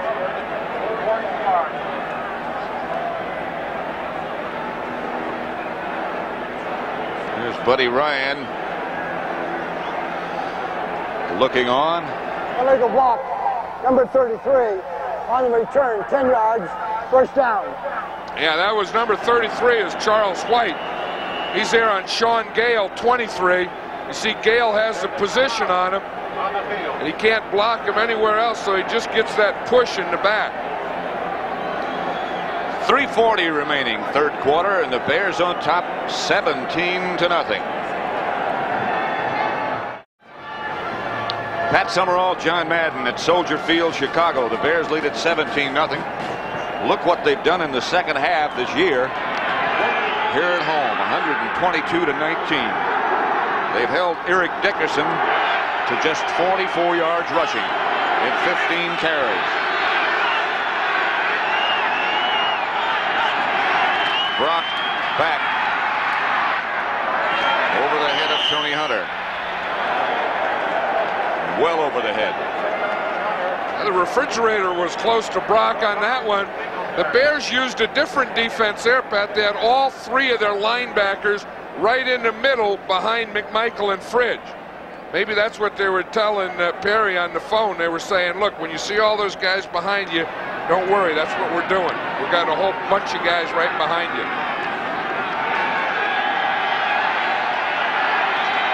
Second and 10 Rams, their own 23.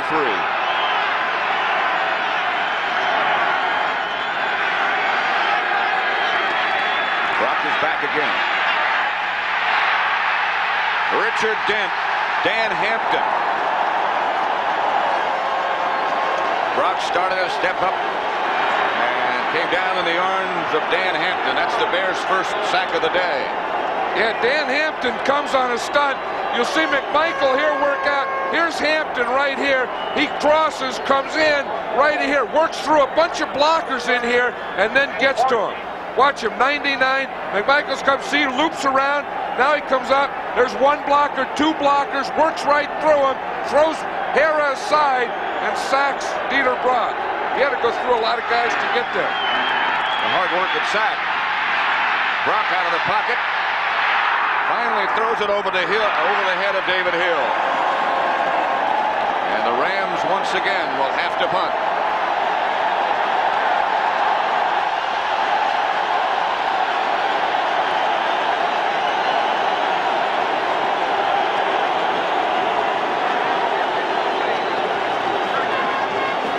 When this Bear defense gets its engines going, they can rev them up full speed. They got them revved now. When they get going, they're pretty tough to stop. Hatcher back to punt, standing at his own 4. Or to go. Back deep for the Bears. Good kick.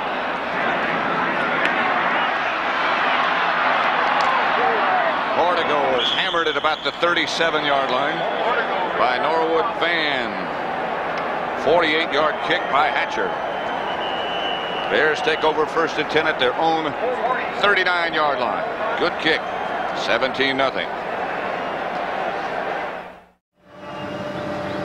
Soldier Field, Chicago. The Bears lead the Rams 17-0 for the NFC Championship. Their last championship, 1963, at Wrigley Field.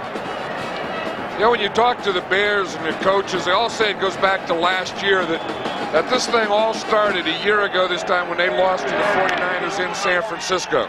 They got so close they realized what it was all about, and that loss made this year. McMahon on a quick count. Coming out of the pocket. And scampers out of bounds. McMahon carried. Picked up 3 before he went out of bounds. Couldn't find anybody open. I think what he's doing is laughing at his own decisions. He made about 3 or 4 of them there. He was going to pass. Watch Mark Bortz come out and block Mike Wiltshire, number 54. Watch him see. He makes that block. He takes Wiltshire out of there. Now that opens a lane. Now McMahon says, I'm going to throw. Nope, I'll run. No, I'll throw. No, I'll throw. No, I'll run. No, well, I'll go out of bounds. He made about 4 or 5 decisions there. Calvin Thomas has replaced Suey. That's McKinnon, motion man. This is Peyton. Peyton stopped by Jim Collins after a pickup of about 3. Given 4. About 2 shy of the first down.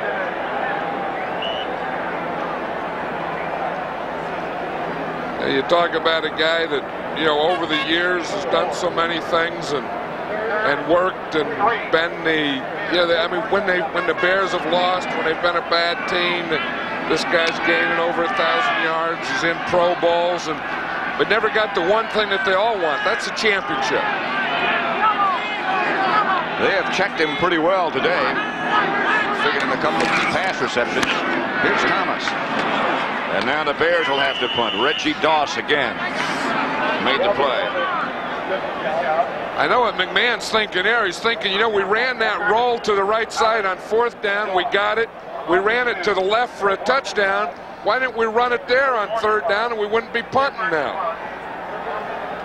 I know he's thinking that. Maury Buford back to punt, and Johnson and Irvin back deep for the Rams.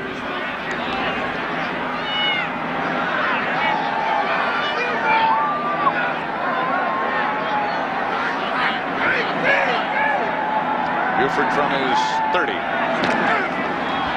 That one will stay up there a while. It looks like the wind is, well, it had some effect, but it winds up taking that bare bounce again. Inside the 20. Down by Cliff Thrift.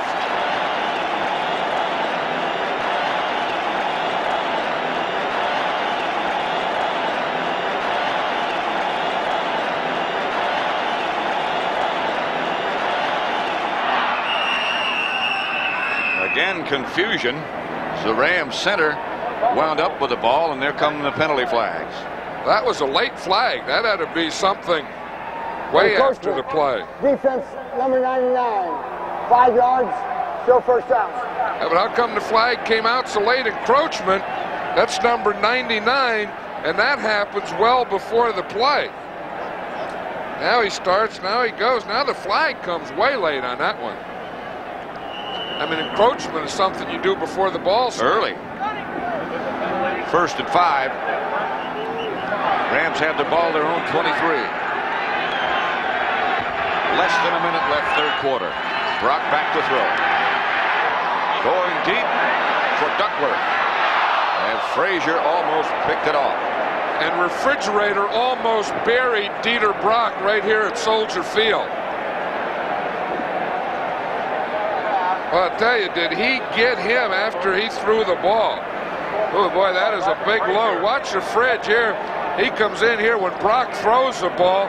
He puts him right in on the curve. Now that had to be a big deal coming on. You watch him here, he throws it, there's a Refrigerator right there. Now just him landing at the end on you, I mean, Yeah, that's like, you know, getting caught under a truck or something. Who knows how much he weighs. He admits to 308. Here's Barry Redden.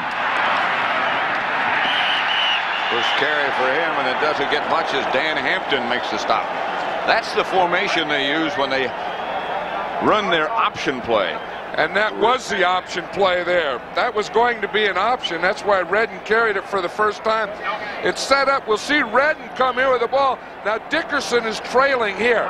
Redden's going to try an option right on this guy. If he comes, then he'd pitch. If not, he's going to run it. The end guy here is Otis Wilson. Now watch him. You see the guard pulls. He takes a hand off. Otis Wilson comes right now. Dickerson was behind him. He didn't even have a chance to try and run the option. See Dickerson coming into it. That's the end of the third quarter. No flag. That's just the end of the third quarter with the score. The Bears 17, the Rams nothing. Ram ball their own 25. 3rd and 3.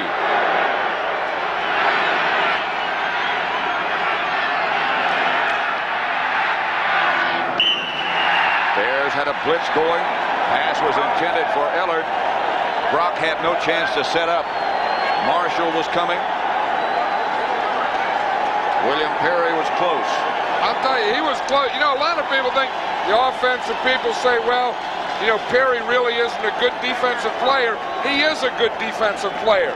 He's big. He handles that middle. And as Mike Ditka says, you watch a lot of things happen around him. And they do. He's always getting penetration. Hatcher standing back at his own 10. Keith Ortego back at the Bear 40.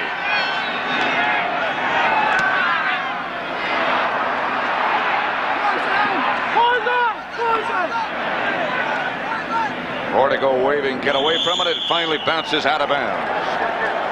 Bears take over. You know what I was talking about, Pat? Watch this. Here's Fred.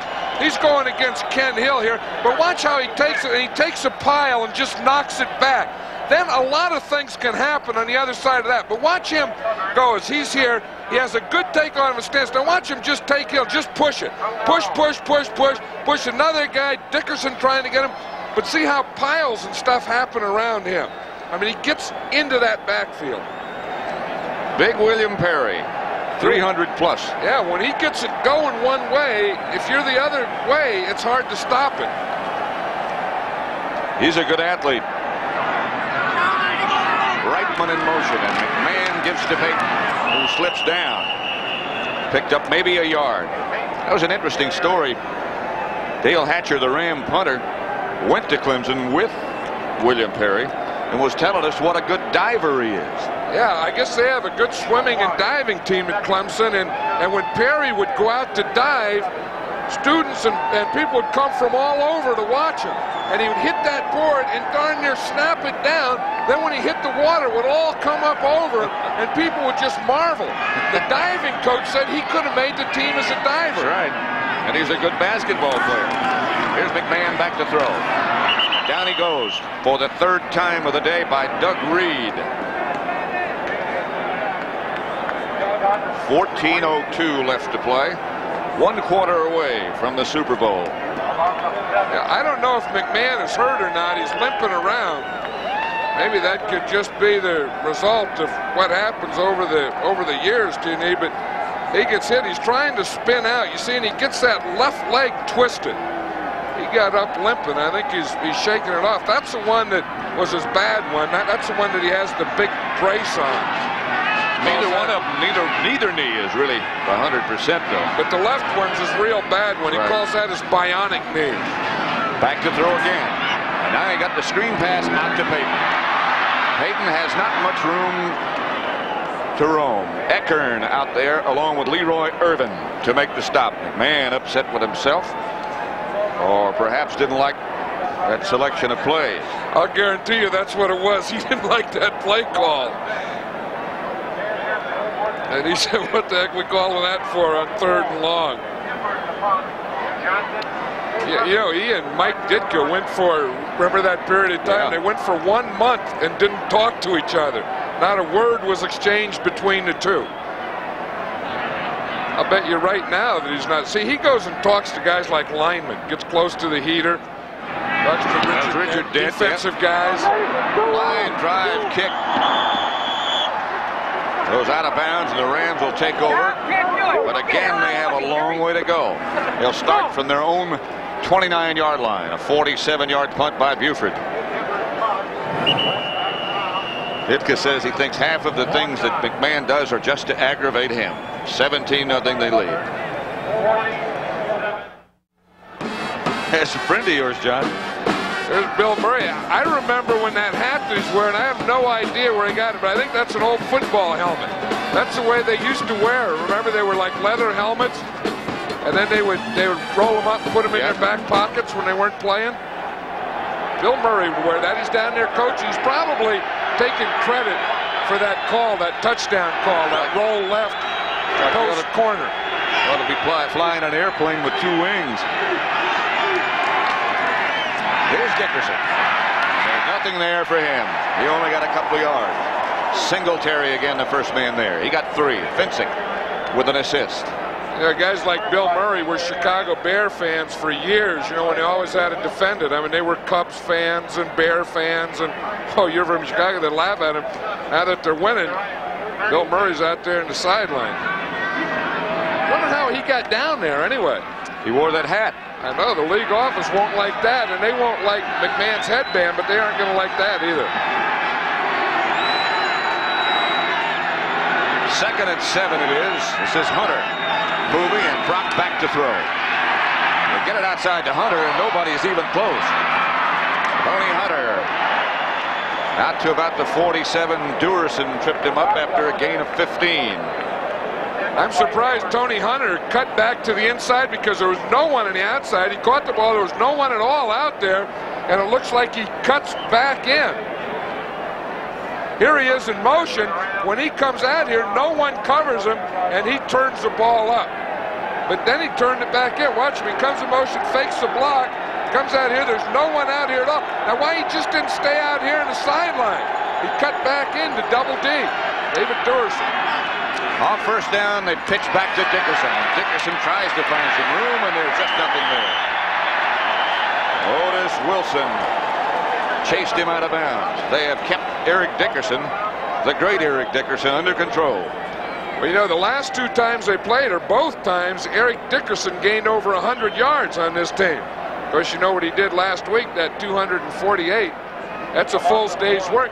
And that's what the Rams had planned to do today. They wanted to do the same type of thing. Carry the ball 40 times, wear them down, wear them down, wear them down. But I think the Bear defense has been doing the wearing down. 11 minutes and 13 seconds left to play. They fake to Dickerson. Throw outside to Brown. And he dropped it. Trying to set up this quick screen to the speed. That was one of the things the Rams put in for this game, that, you know, the quick screen, the type of stuff that wouldn't be bothered by the wind, where you could get it to your fast guys out in front. Of course, that plan didn't work when you dropped the ball, but the idea was to get the ball out quickly to Ron Brown, get blockers in front of him, and him going down the field. 3rd down and 11. You know, did you see Perry, though, wearing that bathing suit that those divers wear, like Louganis, Greg Louganis, those little Speedo bikini deals? Somehow I can't imagine it would be little. Brown in motion. Brock under pressure. Gets away from a couple, but not all. Perry finally gets there. 2nd sack of Dieter Brock.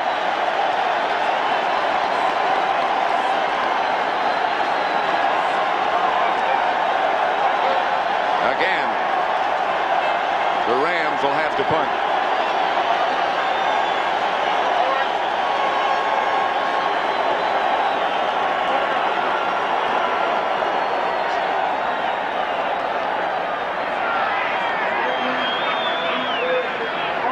Ortego standing back at the 22-yard line. This is the 9th punt.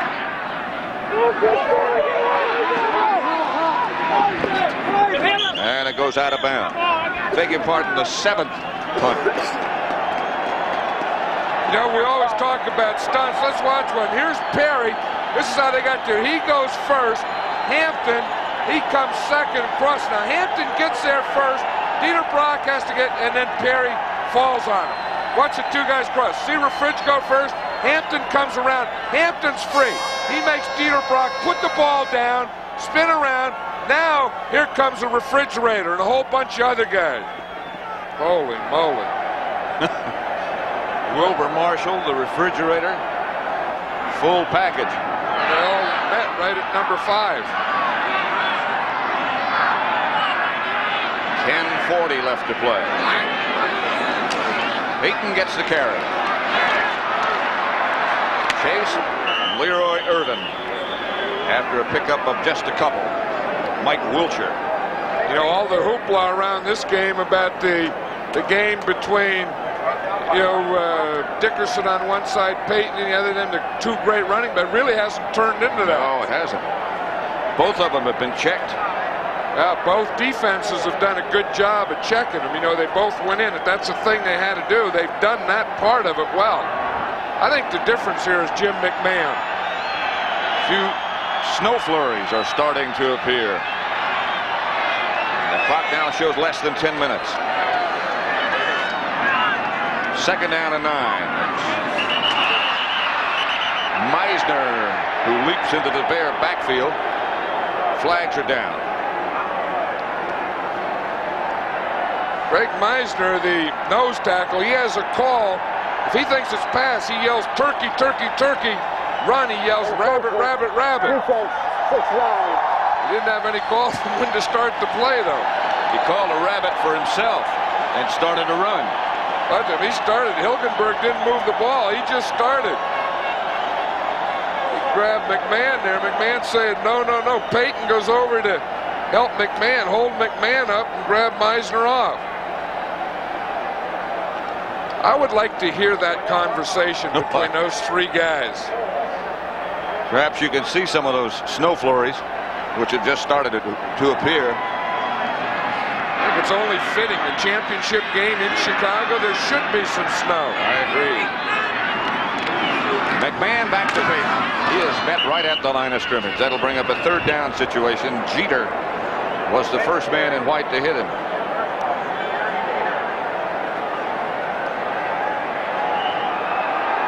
Yeah, as I said before, that's one thing. You know, the Rams really did a good job of shutting down that running game. We see Gary Jeter, he takes an inside rip. He comes inside a covert, rips him with his right hand, and he's the guy that gets the penetration and the first guy there.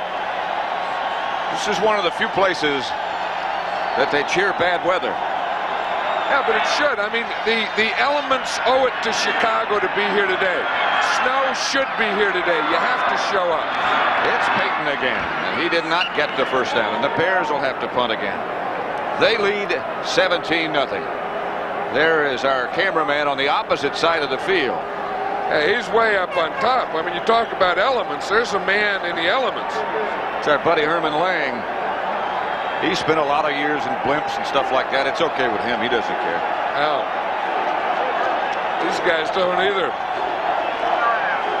But I think this game has everything. I mean, you know, Chicago and the Bears and Soldier Fields and monsters and big guys and tough and guys in short sleeves and snow and everything. The only thing wrong is it got all that stuff and artificial turf. Too bad we can't pick the All-Madden team today. Bears batted out of bounds. They were hoping for a roughing the kicker call against the Rams. They didn't get it. Punt was 26 yards. The Rams take over. They just haven't been able to get anything going on offense. 7:51 left to play. The Bears lead it 17-0.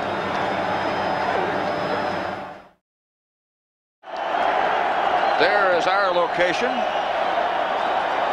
They are saying the dream is over. The wait is over. The dream came true. And you can see the snow down in front of us. It's not over yet, but there's 7:51 left to play, and the Bears lead at 17-0. Think he knows what the score is? Back goes Dieter Brock under pressure. Intended for Henry Allard, incomplete. Richardson was with it. Everybody in this crowd just roaring and looking with anticipation. Well, not everybody's roaring. Or not everybody's looking. Second and 10 Rams. They have it at their own 33. It's been a long wait for these Bear fans. Guys like Butkus and Sayers who never made it. This game's for them. That's Barry Redden over the left side. And the guy who just made the tackle went through a lot of years of frustration here too. Gary Fensick. 8 dark years when there were no playoffs. And he and his buddy Doug Plank, after whom the 46 defense was named. I'll tell you, there's a real contradiction in Gary Fensick. I mean, here's a guy, you know, smooth, nice guy, good-looking guy, sweet guy, Mr. Clean, graduate of Yale University. But I'll tell you, when you get that, well, he gets that look in his eye, and he's a Jekyll and Hyde. He's a different guy. Brock has the ball batted straight up in the air. Nobody can see it. Steve McMichael had a shot at it, and he had a touchdown if he had come up with it. They just couldn't find it way up in the air. Tell you, Steve McMichael is a guy that's been playing this last part of the season on just guts. Watch him here. He has a bad knee. He's going to have surgery after the season. He has, you know, foreign particles in there. Looks like it hit Dewerson right in the face. Bounced up. McMichael's going to, I got it, dropped it. And his guys are giving, there's Hampton saying, oh, you had it. Dewerson is back deep for the Bears this time. Gonna let Hatcher's punch bounce, and it goes out of bounds at about the 11. And 6:48 now left to play. The snow continues, and the crowd continues to yell, and the Bears lead it. And it looks like they're headed for New Orleans. I think they head first for Champaign, Illinois. I think they're going to work this first week at the University of Illinois and go down to New Orleans.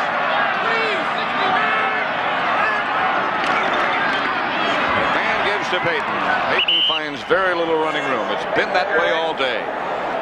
The leader of the defense, Samurai, Mike Singletary. Well, yeah, you talk about different personalities. He's the same type of guy. You see him off the field. He has the glasses, very articulate, very nice guy, soft-spoken. You see him on the field, he's wild. He's wild. Got the button-down collar, the tie. Yeah, he'll wear a striped suit on you. Carry a briefcase. Boy, but I'll tell you, he could change from that briefcase to a look in his eye.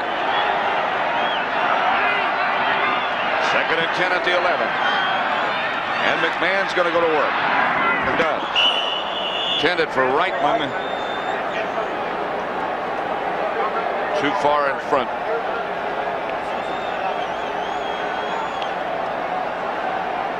Hey, there's another guy that's having a good game today. Jim Covert, number 74.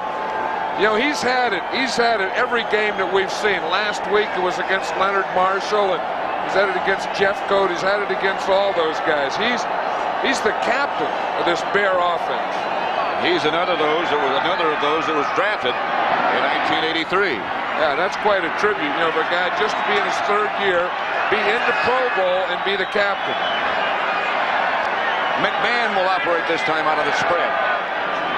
Snowing a little harder. Dennis Gentry was the ball carrier, and now the Bears again will have to punt as Jim Collins made the tackle. Hit this. There's the only guy I've said that's on the All-Madden team is Hampton. He got the worst looking hands. He got a left finger. He was showing me the other night, you know, that he can't bend and has grafts and stuff in it. So if they go to the Super Bowl, he's going to have him measure that finger, get the ring for that left ugly finger, and then have it melted down and put it on his right. Get a lot more gold that way, he said. That finger of his looks like an elbow. Yeah. That's what these guys think about. That's how they think. They got elbows for fingers. Buford gets it off the side of his foot. The Rams have trouble handling, and Johnson gets it out of bounds in their territory at about the 47. 37-yard punt, 4-yard return. 5:08 now left to play. 17-0 Bears. Snow continues to fall. It's a little bit harder now. This, appropriately enough, is Bear weather. This is really what they were hoping for.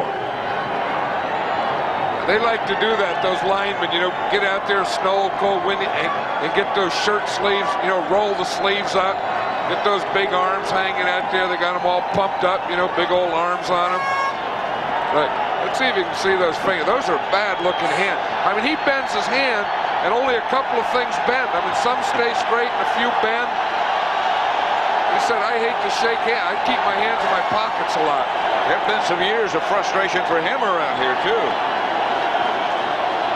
And he's a tremendous player. Well, you know, he's one of those guys that's in the same group as a Howie Long. Yep. He's kind of a player's player, man's man, that type of guy. Can play anywhere, up and down the line, inside, outside, end. Play the run, play the pass, block a kick, one. You know, play the whole game. They're loving it. Just over 5 minutes left to play. Brock goes back to throw. Going deep for Brown. Frazier right there. Good play. You know, I still say, and we talked about it before, this 46 defense, they commit 8 guys, that you have to have guys like Leslie Frazier. Frazier can go, watch him, Ron Brown, maybe the fastest guy in the game. He just mirrors him, just runs step for step, doesn't interfere, gets good position, sees the ball, is always where he's supposed to be. Remember that interception we saw him make against Green Bay?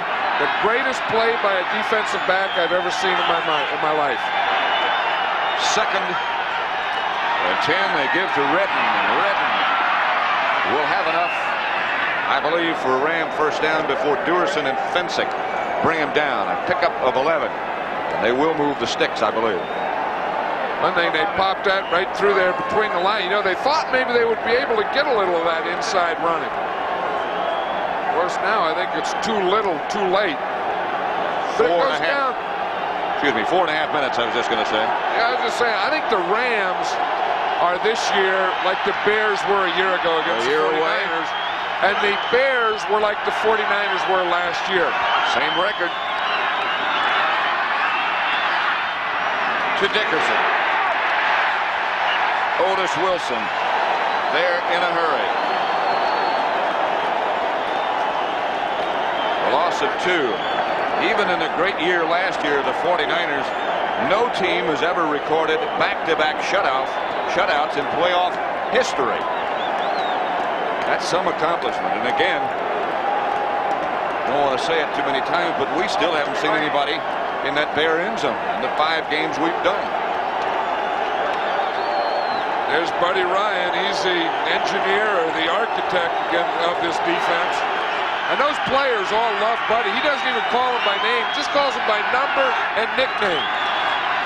Here's Redden again. Otis Wilson and Wilbur Marshall made the stop. They've both had tremendous years. You know, Buddy calls his players like Wilson's, 55 and 50 and so on. And he just tells them, this 22, you do this. He said he started doing that. He said when he first came to the Bears, he didn't know the player. He had a 5th defensive back named Walter Shine, right, who he would put in, on the nickel. And he said he forgot his name. He was calling him Bashnagel.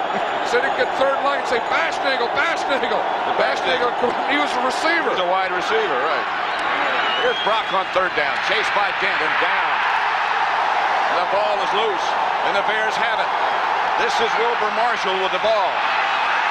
Marshall, if it's still alive, he's in the end zone. A sack by Dent and a touchdown by Marshall.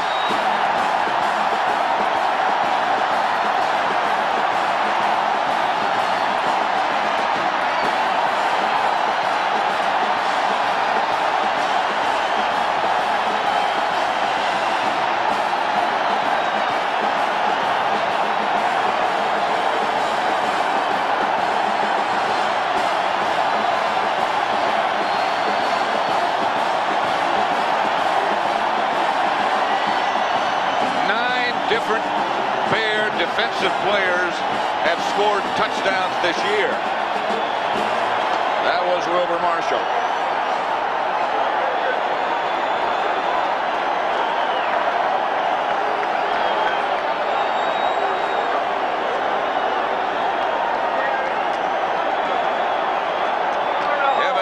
For the extra point. Steve Fuller holding.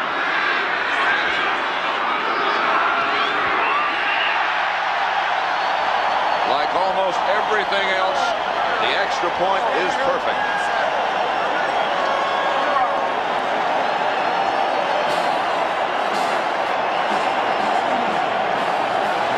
You know, Richard Dent, he was standing up. You see him, and Tony Hunter just couldn't get out. He wasn't quick enough. He got his hands on him. Dent comes in, grabs Dieter Frank, just strips the ball right out of there. Watch him. He's outside in a stand-up position.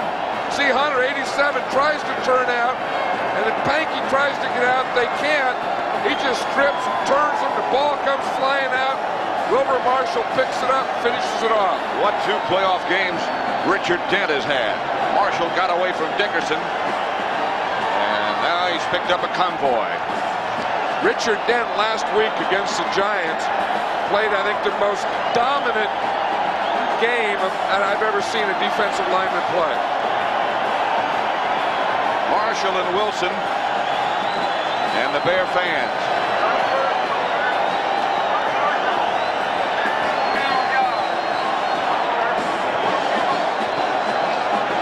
There's going to be a hot time tonight, no matter what the weather is.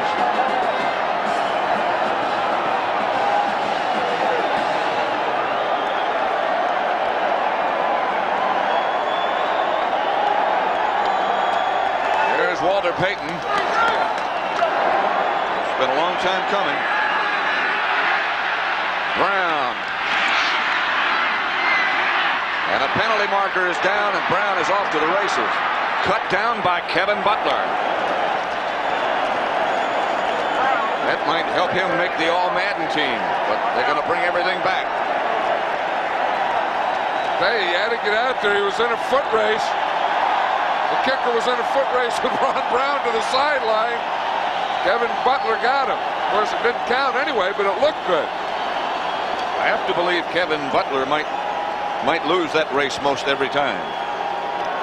Yeah, but see, he's there. He's telling him how he did it. You know, these guys hardly ever make tackles once. He said, I'm going over, I cut him off at the pass, I throw, and I just went for that knee. I took his knee out, and then he had to go. Wherever the knee goes, you have to go, he's saying. Yeah, they'll brag about that. You know, those guys can kick, make field goals, extra points, point. But I was talking about that tackle they made. So the Rams are backed up to their 10-yard line. And we have 2 minutes and 24 seconds before the real celebration starts.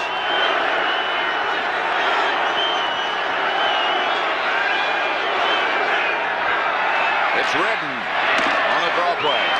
Gooman was the other back that time. Dickerson's out.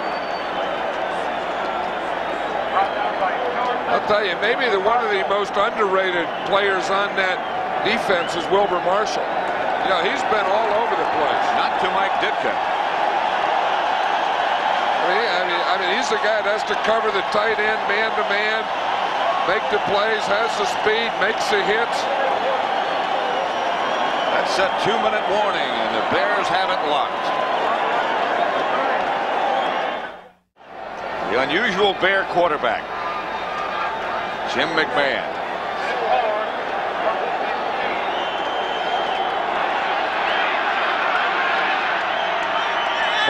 Nothing.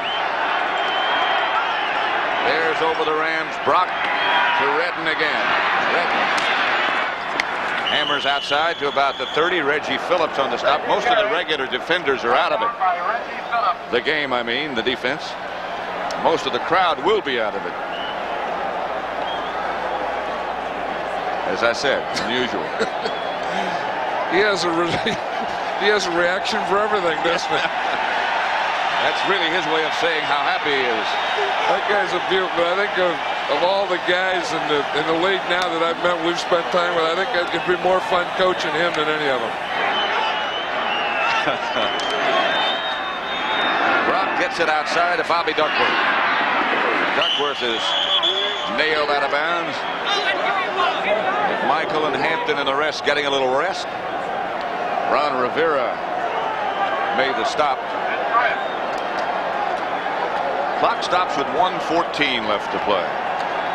Talking about the Bears going down to Champaign-Urbana to work out. Reason being they have a bubble down there, an enclosed field with artificial turf, like the Superdome. They're starting their celebrations already. They got dances and songs, and these guys have every, you know, one thing I like about the band, they've had a lot of fun winning. I mean, they have records and they have songs and they have, you know, what do you call those things, videos. And right, the Super Bowl shuffle. They've involved the fans. I mean, it's a whole big thing. Everyone's taking part in this deal. Things are not so happy on the other side of the field.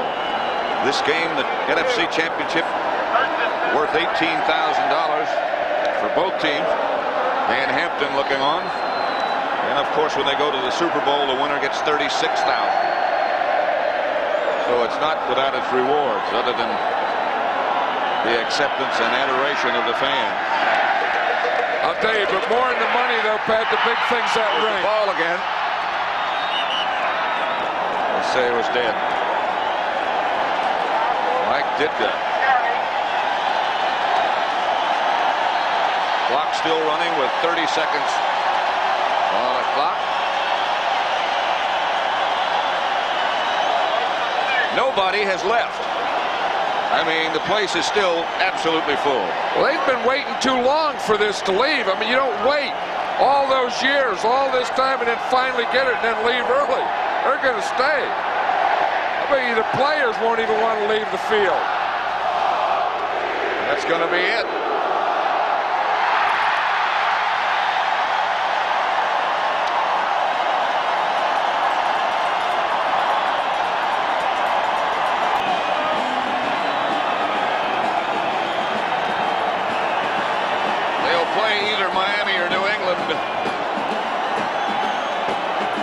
Whoever they play is going to have their hands full. 24-0, the Bears. Now let's go to Brent Busberger.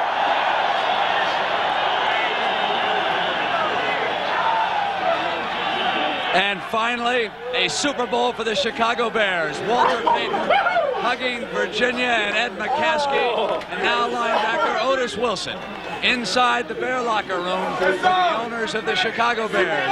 She, of course, is a lovely daughter of the late George Halas, the founder, who was the coach of this team the last time they won a championship. And the fridge, number 72, William Perry. A team of destiny, according to Bud Grant, before this game started. And the former Minnesota Viking coach knew something there, because today they became the first playoff team in history to record back-to-back shutouts. First it was the Giants, and now it's the Rams. And our post-game activities will continue live from Soldier Field in Chicago. We're getting ready for the trophy presentation. Of course, the winner of the National Football Conference receives the George S. Halas Trophy, and of course we have the owners of the Bears, Mr. and Mrs. McCaskey here. Are we on? We're on. We're on to make the presentation. Forgive me, I'm punchy. As I understand it, this is the George Halas Trophy. Virginia's here to present it to the owners. Virginia? No, to the president. How heavy is that, Mark? You have it?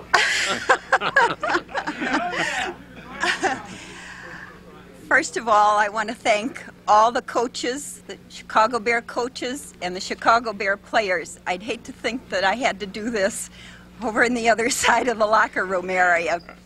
I'd also like to thank the Chicago Bear fans here in Soldier Field and in Chicago and everywhere for all the love and support that they've shown to us during this year and especially today.